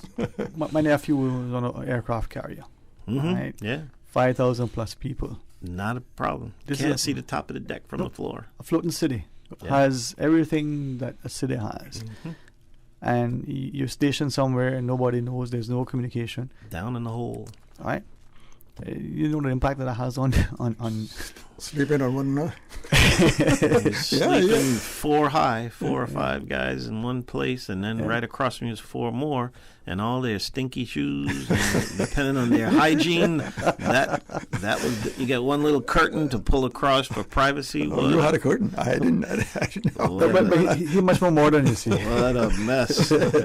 But we're talking about dedication, and we're in a poppy appeal mode here. So Andrew, tell them a little bit about the poppy appeal.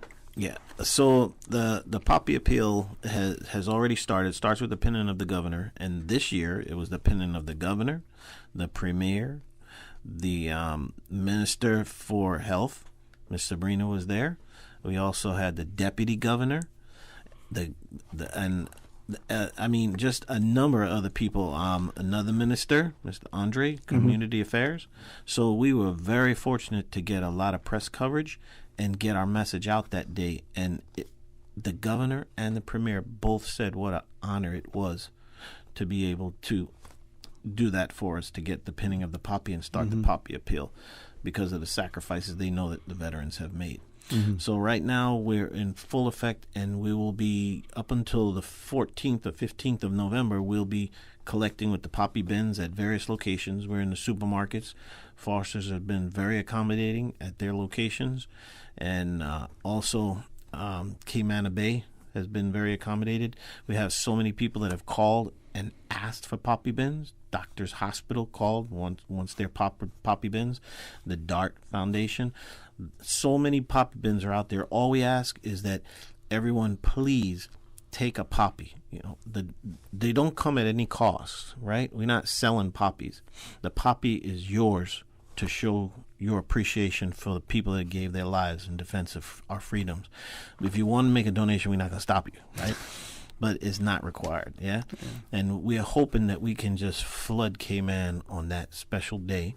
There should be some type of ceremony. It's going to be a very small ceremony because, as you know, our veterans are an aged community right now, and their number one priority is their protection. So it'll be a very small commemorating ceremony, but I hear that it will be aired by CIG. So please, everyone, make it your goal to go out and find a poppy. And if you're at a workplace and you don't see a poppy bin, you can call us 926-5189, or 916-5317. Call us and request, and we'll deliver a poppy bin to your business or place of work. Yeah, and you can see one of them is sitting right in the middle of the conversation here. Exactly. Lest we forget, huh? Yeah, lest we forget. And Andrew, I think, has a commitment at 2:00. So we got another short cut that we want to air. And Paul, I guess this one is 01402, and it's short, but it's another demonstration of Caymanian, and again, the synergies between seafarers and the military, the Caymanian military, it will be displayed in this very vividly. So let's listen. And now, during this period of remembrance of Caymanians and others who served in the British and United States military forces during the great conflicts and in the dangerous periods of preserving the peace, the Cayman Islands Veterans Association presents from the CI Retro's Wattle Vault this short narrative by Captain Keith Tibbets of Cayman Brac, who served under the British military command, his dangerous encounter during the Dunkirk evacuation in the May-June period of 1940. The captain speaks. We all volunteered and went across to Dunkirk, and we took 5 lifeboats in tow. It had 95 people in them. They were off. Other ships had already been torpedoed, or bombed rather. We towed them back to London. But I, as one of the gun's crew, I was manning a 12-pound anti-aircraft gun from 5 o'clock in the morning until 3 o'clock in the afternoon out of break. And I can assure you I fired my part of shells because I fired over 3,000 shells that day. But I never lied word. Me, we got in London that evening, that night. We went and had a good drink out that night, a crowd of us, so we were all right. A Cayman Islands veteran and seafarer, Captain Keith Tibbets of Cayman Brac, firing over 3,000 shells in a 10-hour setting in defense and preservation of freedom and democracy. The preceding CI Retro's Wattle Vault gem was brought to you by the Cayman Islands Veterans Association in cooperation with Breeze Radio and Radio Cayman. Well, you heard it, Andrew, a 1,200-pound shell. That's you wouldn't shoot groundhouse with that. No. And over 3,000. Share the lower. Yeah. I mean, that's. I don't think people appreciate what it's like, Andrew. I mean, you were there more recently. The battleship New Jersey, the round was the size of a Volkswagen. Yes. Imagine a Volkswagen coming through the air at your building. Yeah. Wow. And that could travel. I think they were shooting that out 50, 60 miles. When they shot the guns, it pushed the ship back in the water. That's how much percussion the guns had. Unbelievable. Yeah. You see, and that sort of appreciation for world affairs through that lens.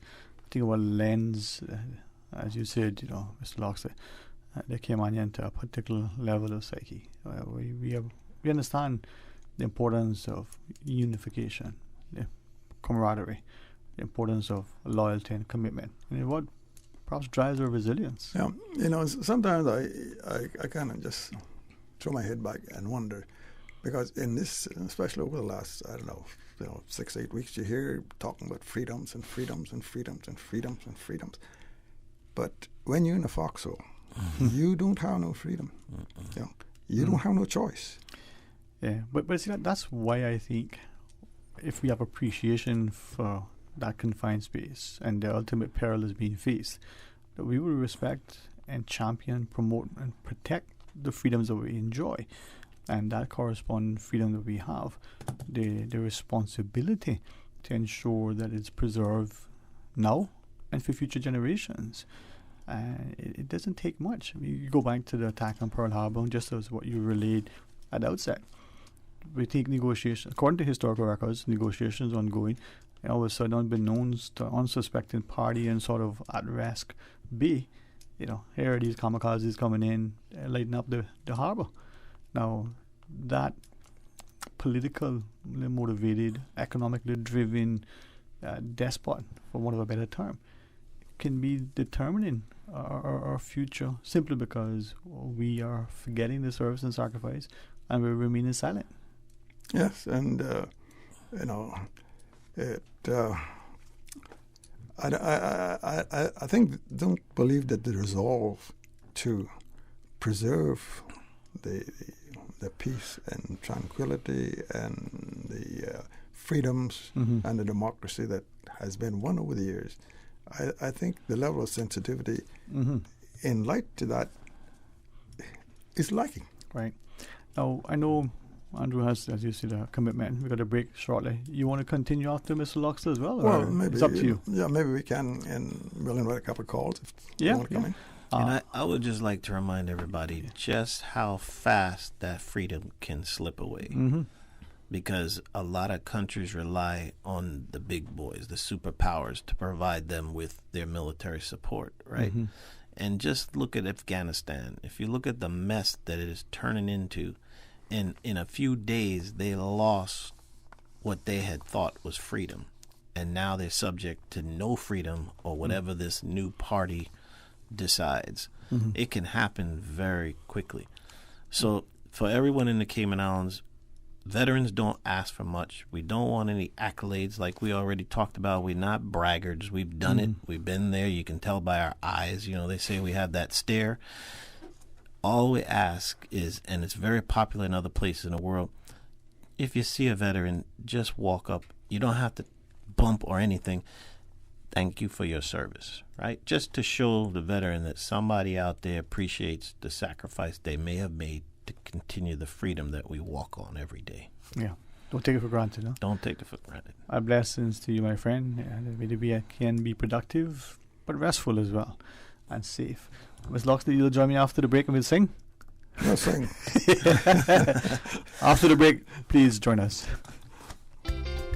For medical lab services in Cayman, go straight to MedLab. For a full range of medical services, pleasant, clean and comfortable environment, no long lines and affordable fees, visit MedLab at the Smith Road Plaza. Open Monday to Friday, 8:30 a.m. to 5 p.m. and half day on Saturdays. Call 949-7331 to make your appointment. For medical lab services in Cayman, MedLab. Ask our professional team about the benefits of cutting-edge technology with MedLab's new state-of-the-art digital mammogram machine.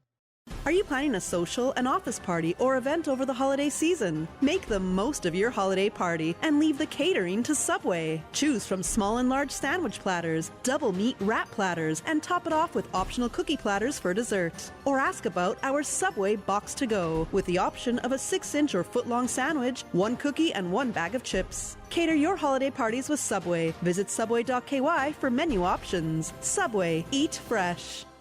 Had a look at those investment options yet? Too busy. Look at today. Workout, breakfast, take the kids to school, back-to-back meetings, take Pepper to the vet, and she's apparently got allergies now, so... And that was all before 12. But you look relaxed. That's because my money's as busy as you. With RF, you can access the best in local and international investments to keep your money busy, so you can spend more time focusing on you. Contact us at rfgroup.com to find out more. RF, money at work. The Cayman Islands Chamber of Commerce Pension Plan. We're here for you. We are a non-for-profit member-centric plan with a democratically elected volunteer board of trustees representing all sectors of the Cayman Islands economy. Chamber Pension has an all-in expense ratio of 0.72% over 16,000 members, $430 million in assets under management. We were the first multi-employer pension plan approved by the regulator in the late 1990s. And today, we are still strong, secure, and are here for employees and employers alike. If you would like to join or request further information, visit chamberpension.ky. And for information as it happens, follow us on Facebook, LinkedIn, or Instagram. Email admin@pensions.ky or call 745-7630. The Cayman Islands Chamber of Commerce Pension Plan. We're here for you. People with this heart to see, the graveyard for Bonnie and the gallows for me. Let's celebrate the culture and traditions of the Cayman Islands in music and song. The National Cultural Foundation invites you to Memories of Yesteryears, featuring the Cayman Islands folk singers as you've never seen them before, with special guest artist Peniel Miller and more. Performances on October 29th, 30th and 31st at the Harkwell Theatre and November 6th in Cayman Brac. Tickets are $15 per person. Call or visit the CNCF office or artscayman.org for more information.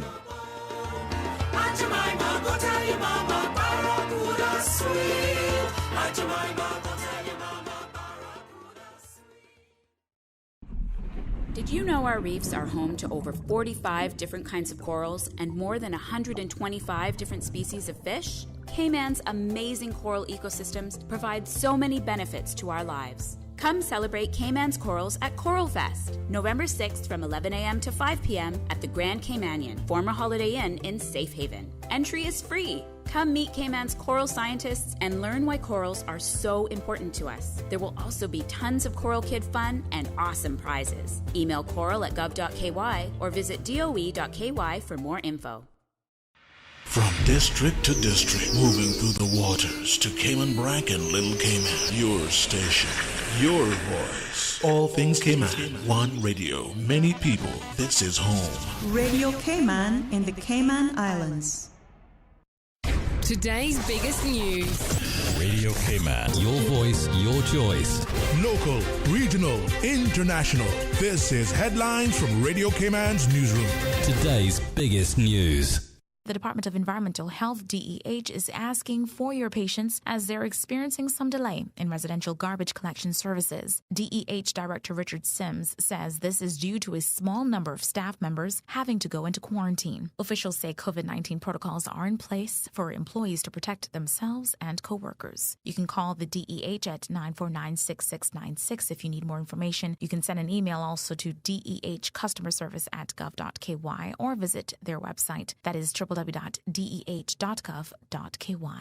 In international news, U.S. President Joe Biden has told French President Emmanuel Macron that the U.S. was clumsy over a security pact signed between the U.K., U.S. and Australia that lost France billions. It was the meeting between the two leaders since the AUKUS pact, which will let Australia build nuclear-powered submarines, was agreed. AUKUS caused a row with France, which lost a $37 billion deal with Australia. And a Minnesota man has been charged with hacking into computer systems used by Major League Baseball and trying to extort the league for $150,000, the U.S. Attorney's Office in the Southern District of New York said Thursday. Joshua Strait, 30, threatened to publicize alleged vulnerabilities in the MLB's IT systems unless the league paid him $150,000, according to charging documents. Strait is also charged with illegally streaming copyrighted live games from the MLB, National Basketball Association, National Football League, and the National Hockey League. Prosecutors alleged that he used stolen login credentials to access the sports websites and stream live games to his own website for profit. Those are your latest headlines here on Radio Cayman. I'm Shanda Gallego. For the latest in news and information, follow Radio Cayman on social media, Facebook, Instagram, Twitter. Download the Radio Cayman app or log on to our website, radiocayman.gov.ky. Talk today. But I do have some questions. Talk today. Cayman Islands' foremost listeners' participation program. Talk today. Because there are more questions than answers. What the public is saying. Waiting to take your calls right now. Sterling Dwayne Ebanks.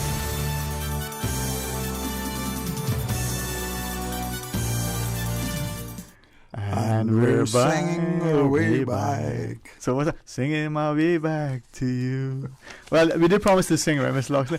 I hope you allow me to say this. This is why I love the jovial nature of you, my father, and people like you, because it reminds us why we should love life, why we should appreciate it, why we should embrace it, why we should sing.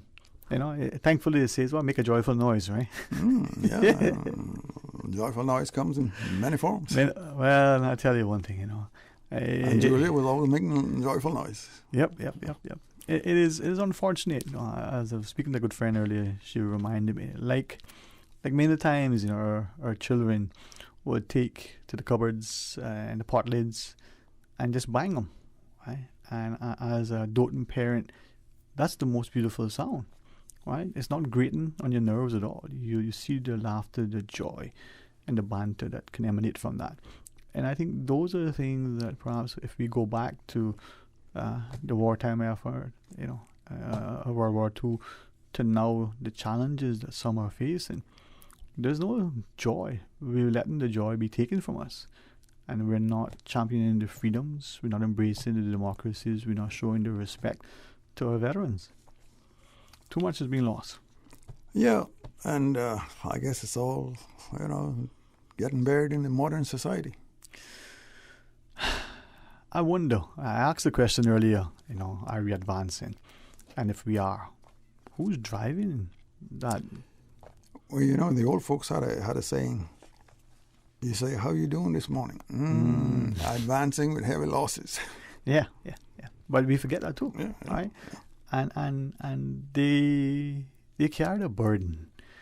They were willing to shoulder the world, but they did it with love, with a sense of responsibility, a heavy sense of respect, but an appreciation that they were inheriting something that they had to pass on in a better state. Right, yeah. And for some reason, we fail to appreciate that the measure of the man isn't his material possession, but is in his metal. And I look at the lack of humility and respect, the arrogance, the condescending tone, and the approach. And that's before the sun comes up even. Yeah. So after the sun goes down. And after the sun goes, but we can sing with joy, huh? If we choose. You gotta sing. But how then do we get to this Friday? And for some, it's the weekend. For others, it's a welcome reprieve because the weekend will allow us to go into our gardens or our kitchen.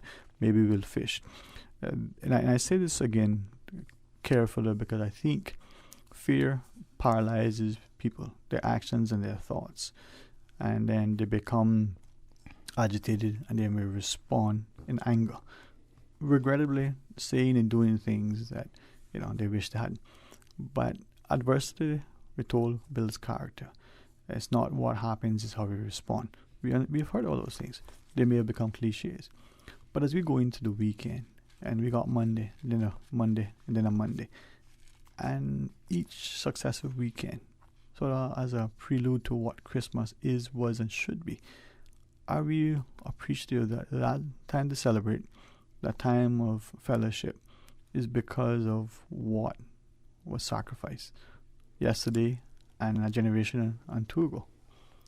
Well, communications and all of these very aspects is one of the fundamentals. If you don't get it right, the whole effort's gonna get distorted along the way. Mm-hmm. And I think there's a great need for a greater communication strategy to, sensitize the population to really what we're up against. Right. And with all the communicators that we propose to have, I think, we ought to be doing better. But is that the major challenge? We need to collect, we need to collate, and then we need to communicate this. And in conveying this information to our country, all in Sunday, maybe as you shared, there needs to be a concerted strategy to ensure. I think to perhaps the notion that we believe we have information, we probably do, but it's all over the place. It's very disjointed. Nobody seems to appreciate the importance of the little tidbit that they have. Maybe some of it is in somewhere on a hard drive, as you say, of some of us. Maybe it's on the actual tapes that have now become crystallized. It may be stored somewhere for safekeeping, but because it's been forgotten, out of sight, out of mind. How do we bring that together? Well, yesterday, I believe, on this program, mm-hmm. you had the regiment. What was that yesterday? We had Renata, part of a series, and they brought Miss Kelly and okay, yeah, Rabe, I heard a little bit of it. I heard a little bit of discussion, but nowhere in there did I hear any mention of that they may have thought about going back and looking at the debriefing of some of two of the most devastating disasters that hit Cayman. That is Ivan and Gilbert. To see what they could learn from all of what floated by us, lodged amongst us in those trying periods, and how we were able to work our way through it. But again, I say this. There's probably not even a school child in China that don't understand my perspective when it comes to this, right?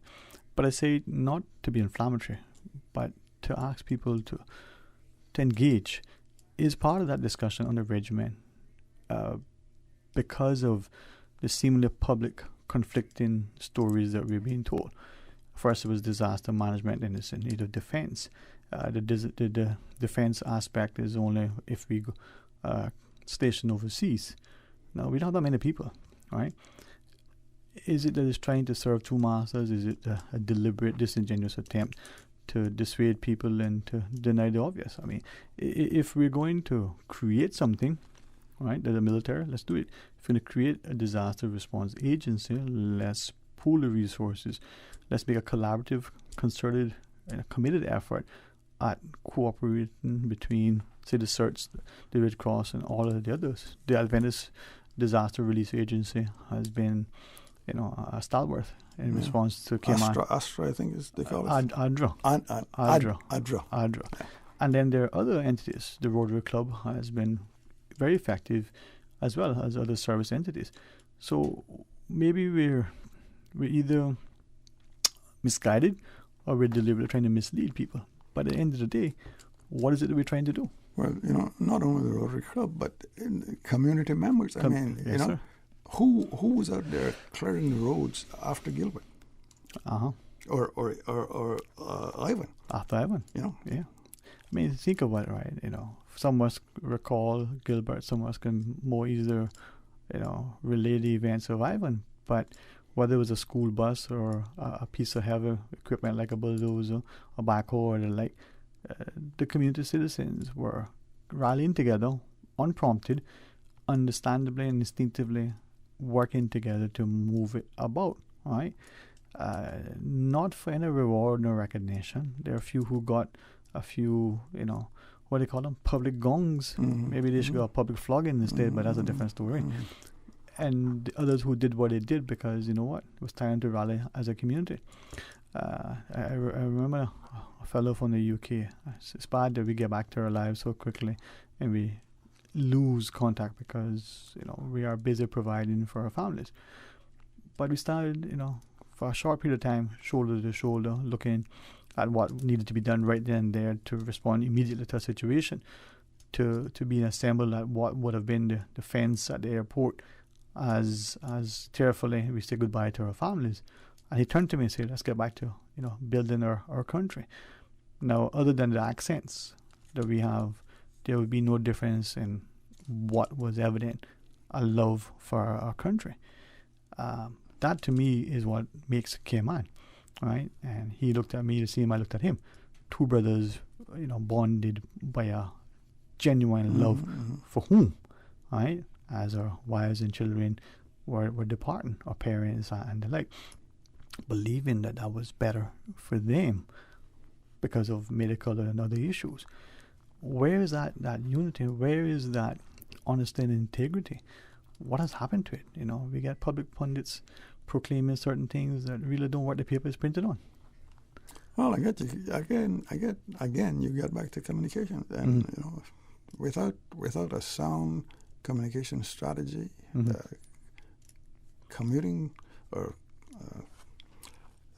communicating to the general public what the real situation is and what the perspective is that you think need to be done, and trying to get everybody's engagement. Right.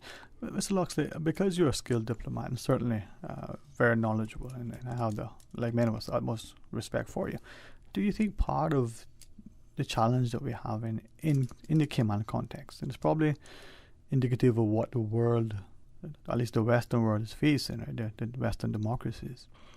Is it that people are genuinely afraid of their own shadows, afraid of whatever, and however they define authority, the boss above them, the boss above that boss, whatever that authority is. So they keep their opinions to themselves, good opinions. They keep their positive actions to themselves. They're so afraid of saying and doing that, you know what, they're only too happy to crawl into the hole and die and I don't know, be denied. Is that a problem? Is that part of the challenge? It is. It is about part of the challenge. But again, I think that you find that there, and you find it's not a society. Mm-hmm. You know, there are people who are always charged with making what you could call critical decisions, who may not have what is needed to make that critical decision, and you see it happening in all societies. Mm-hmm. And probably we could be suffering from some of that same critique. Courage is evidently lost on many. We do have a caller, though, Mr. Loxley. Hey, good afternoon. Welcome. Thank you for calling. Hey, good afternoon, gentlemen. Nice listening to your conversation today. Hope all is well. Amen, amen. Hope all is well with you as well. Yeah, any better we couldn't stand it, you know that. Welcome aboard, my friend. Welcome aboard. Yes. Well, listening to your conversation, talking about, even part about the regimen and reviewing certain disasters that we experience and applying certain things, learned from those things. When you look at Cayman today, the population isn't really, made up of really the majority of Caymanians anymore. It's made up of, even though it may be Caymanian, maybe the majority nationality, but, it's really split down the middle that you have so many other cultures that have come in, and instead of them adopting to our cultures and our experiences, they have brought their cultures and their experiences, just as if, we allow rich people to come in and build buildings and open businesses rather than come in and, you have to, invest that money into the people in a different way. They allow them just to freelance. You come in, you do what you feel like doing. So, it's almost, well, not almost, it's probably impossible to expect things to go back, the way they were, because you cause your society to adapt to other societies rather than the other way around, and we can see that constant change in Cayman today, where our children, they don't go in the cabinet and start beating on pans anymore. They're focused, sometimes they're born on a smartphone or a tablet. Things have just changed to the point where our leaders basically, obviously, we change the government every 4 years basically, and we might change the government, but it still doesn't stop Cayman from changing, Instead of at some point we pause and think, we just keep, of course we got to go forward, but like today we got more businesses and more jobs than we have the people, Caymanians that is, to be able to fill them. And when you look at all the development, especially in places like on the west part of the island, it's basically overpopulated with buildings and other stuff to the point where, a few years from now, perhaps these constructions, job and everything that we pushing forward really fast, in a couple of years, those won't be available because, construction won't be going. The buildings are already built, and the jobs are done taken, and the money's done gone. Can't sustain it. And the problem is, you hear them talking about open these trade schools and these other things, but, by the time you educate, I remember going to school to learn, about electronics and electrical, and you thinking you got to come out, and at that time, satellite dishes were the big thing, so you figure, well, let me get involved in this. By the time you got out, the satellite industry had sort of gone, and the cable business took it over, so you had to go work for somebody rather than for yourself, then, so... And so you look back and say, hey, I wasted 2-3 years, sort of, not really wasted, I don't want to use the word, but, I spent the 2-3 years, to educate myself to get into that industry, only to find out that I still had ended up going back right where I started to work for somebody, It is a thing that, you know, we're not being driven really by us. We seem to be driven by other people. You know, we're paddling the boat, yeah, but somebody else behind the wheels deciding where we're going. So, but like I say, I mean, I like yourselves, I'm optimistic and hope that, you know, we do get back to some form of the culture that we all consider recognized as Caymanian culture. You know, but that has to first, I guess, be nipped in the bud from time the children come out of the womb, rather than trying to put it in their head after they are, you know, left high school and college. But, you know, I'll leave it there, gentlemen. We could talk all afternoon, but it's certainly nice listening to you. Well, thanks for your call. And I think what you're saying, you get right back to education and communication. If, you know, if we're not educating our young folks about our own culture, our own whatever we think we are, then, you know, they'll probably migrate to some other avenue. And I think that has been lacking all, well, even from when I was in school, because I never learned anything about the Caymanian culture that I can recall. But I learned that Garibaldi was a great Italian, I think, general or admiral or something like that. And, you know, so it's, I think, you know, the communication and education strategies is the key to it all. And until we can really formulate that within the society, then I guess we'll probably keep slipping. Yeah, and I can agree with that. I mean, personally, I see that, you know, our system right now, I mean, you know, it has changed so much. It has allowed too many, I don't really want to use the wrong words, but, you know, it has allowed the opportunity to be taken by people from the outside more than it has from the within the country, you know, where it should be higher restrictions on certain things and more enforcement to some extent. But, you know, I mean, right now we've probably spent $1 billion on all these handouts and stipends and everything that we see going on. And if you had looked back before the coronavirus, that same amount of money would have paid off probably every Caymanian's mortgage and left them debt-free. But, you know, here we are giving them money in another form to feed them. Yeah. We're on by, you know, when you look back, I guess you can see where you stepped in and where you didn't step. So. Yeah, well, I would just change maybe one word in what you said at the beginning, and change that to guidance from those who should be guiding us. Yeah. All right. Hey, thanks very much, man. All right. Thank you all again. See you all safe weekend. You too. Blessings, man. Blessings. All right, we do have a final break, Mr. Loxley. And maybe we come back, we can remind people of not just the popular appeal, but, you know, lest we forget. All right. Join us right after this short break. We may be in Christmas shopping mode, but 'tis the flu season too. Savannah Pharmacy has immune system boosters for the entire family with a range of vitamins and supplements. Their knowledgeable and courteous pharmacists are always available to offer the best advice and products. Remember, they are always just around the corner with everything your family needs and convenient opening hours, including Sundays and holidays. Savannah Pharmacy. For more information, call 946-3336. A friendly holiday reminder. You can WhatsApp your Savannah Pharmacy prescription to 929-5045. That's 929-5045. Explore your history. Explore your land. Explore your sister islands. The ultimate staycation experience. Your culture, your freedom. The land that time forgot isn't gone. It's your sister islands. Discover all that our sister islands have to offer.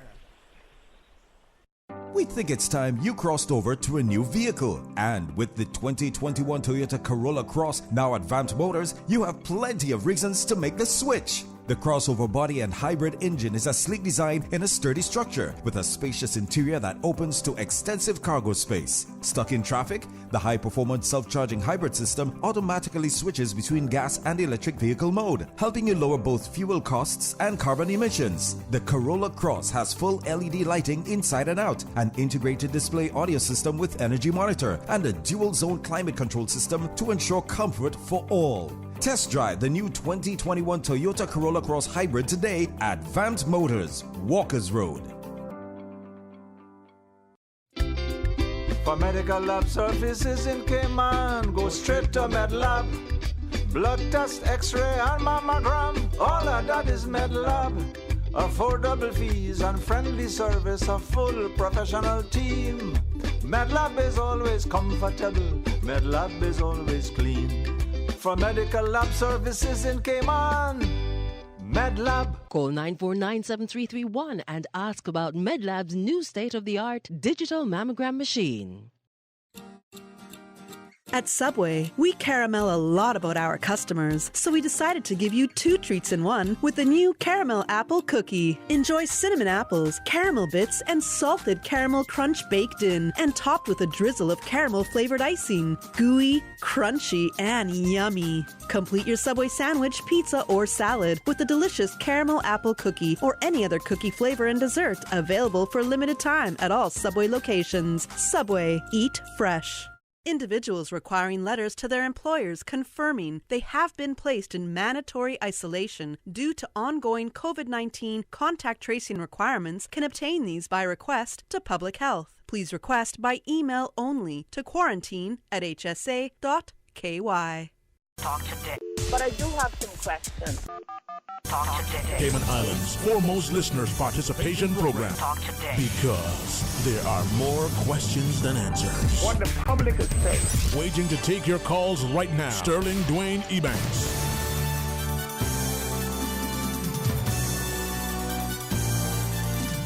Hey, welcome back, and thank you for joining us. Enjoying the excellent company of Mr. Loxler Banks through the Cayman Veterans Association. We're reminded, lest we forget, that ability, even me as a bonded public servant, I have freedoms that I enjoy to say things. They may be misstated, I may make missteps, they may be misquoted, they may be misinterpreted, misapplied, misunderstood, but I can say things, and so can each and every one of us, because seemingly we have a healthy democracy. That right comes, a level of responsibility to be civil, but we wouldn't have that. You reminded us, Mr. Loxler, many times that what if the outcome of World War II was different from what we understand it to be? What would it be like now? Yeah. Well, the old adage, freedom isn't free. Somebody has to pay for it. Yeah. And it's the people who, I guess, put themselves forward, stand on the precipice, and fight in the foxholes and in the air and whatever other avenue they command. I wonder if it's two things, and I am cognizant of the time, and for me this is important. The last call is shared. I appreciate people listening, but because of and I use this word, and you correct me if it's not the most sensitive word, the skirmishes of the past that were evident, or the other little things. I wonder if it's our lack of sensitivity to the changing, sort of political, a geopolitical landscape, or the fact that the wars, quote unquote, that are being fought, the word itself is being so bantered about that it has lost, the significance of it. Now they're more computer driven and social media derived, that they're a war of characterizations and assassinations of people in their person as opposed in their presence, that now we don't see the impact. But if you look at in the big picture, defeat winds up at the same place, Yeah. And that is basically what, I believe humanity from the beginning of time has been driving towards. We don't want to be defeated at what we're doing. And of all the impinging factors that come into our lives and our communities, our countries, if we don't take care of making sure that we can rise above these challenges, then defeat is ahead. But is it then because of a lack of courage we have capitulated? I think too. It is a lack of courage amongst those who, should be exhibiting, courage so that the community can follow. Many are apt to paraphrase Burke, evil prevails when good men do nothing. Yes. And I look at where we are, and maybe because of the persona of some of us, we have such a presence about us that we're imposing. We carry with us this big stick and such weight, clout because of our position that sometimes nobody wants to challenge that. Maybe we respect the office, maybe we respect the person. But is the person in the office respectful, and also honoring that position? I wonder if there is any humility left. We seek honor, but is it humility before honor? Well, that's a judgment. I can't make. I won't. No. I'll leave you to stay on the weatherboard. We can let the listening audience mull that. Yes, sir. Yeah. So you go on the weatherboard and let me be the tiller. All right. But if you can't stand on the weatherboard during heavy weather, then you know what happens. But you see, that's the thing, right? You don't want just anybody on the weatherboard, all right? No, true. You need to know when to go out on the limb. You need to come back in, right? That's right. You need to watch the breeze and watch the jib. Yeah. So you want to be close to the gun wheel, or you want to be out on the. That's right. Yeah. And I think too many times, we're not reminded of that service. That there must be service to country and above self. It just can't be some self-proclaimed accolade. It must be earned and merited. But maybe there is no metal left in us. I think there is. It just got to be cultivated. Honed, huh? Yeah.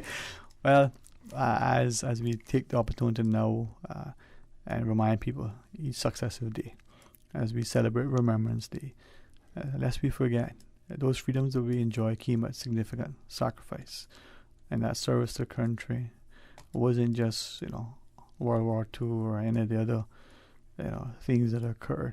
It's today. It has to be continual. It has to be commemorated. It has to be from a community that does so with civility, but also with conviction and courage. Yeah. And remember, get your poppy and wear it proudly. Wear it proudly, man. Thank you, Mr. Loxton. To you and all the members of the Veterans Association, to all who support in prayer and in some other positive way. May we continue to appreciate the freedoms that we enjoy, the democracy that we have, and our own role in preserving, promoting, protecting. So thank you very much, sir. And remember, freedom is not free. Somebody has to stand up and pay for it. Yes, sir. All right, to our listeners, please have a wonderful, safe, restful, peaceful, protected weekend that is enjoyed because of the freedoms we have. Join Mr. Art for the record on Monday. And then, of course, by it being the first Monday of the month, together with Dr. Alexandra Borden, we have a monthly Mental Health Matters show. That's what Monday looks like. But between now and then, be blessed.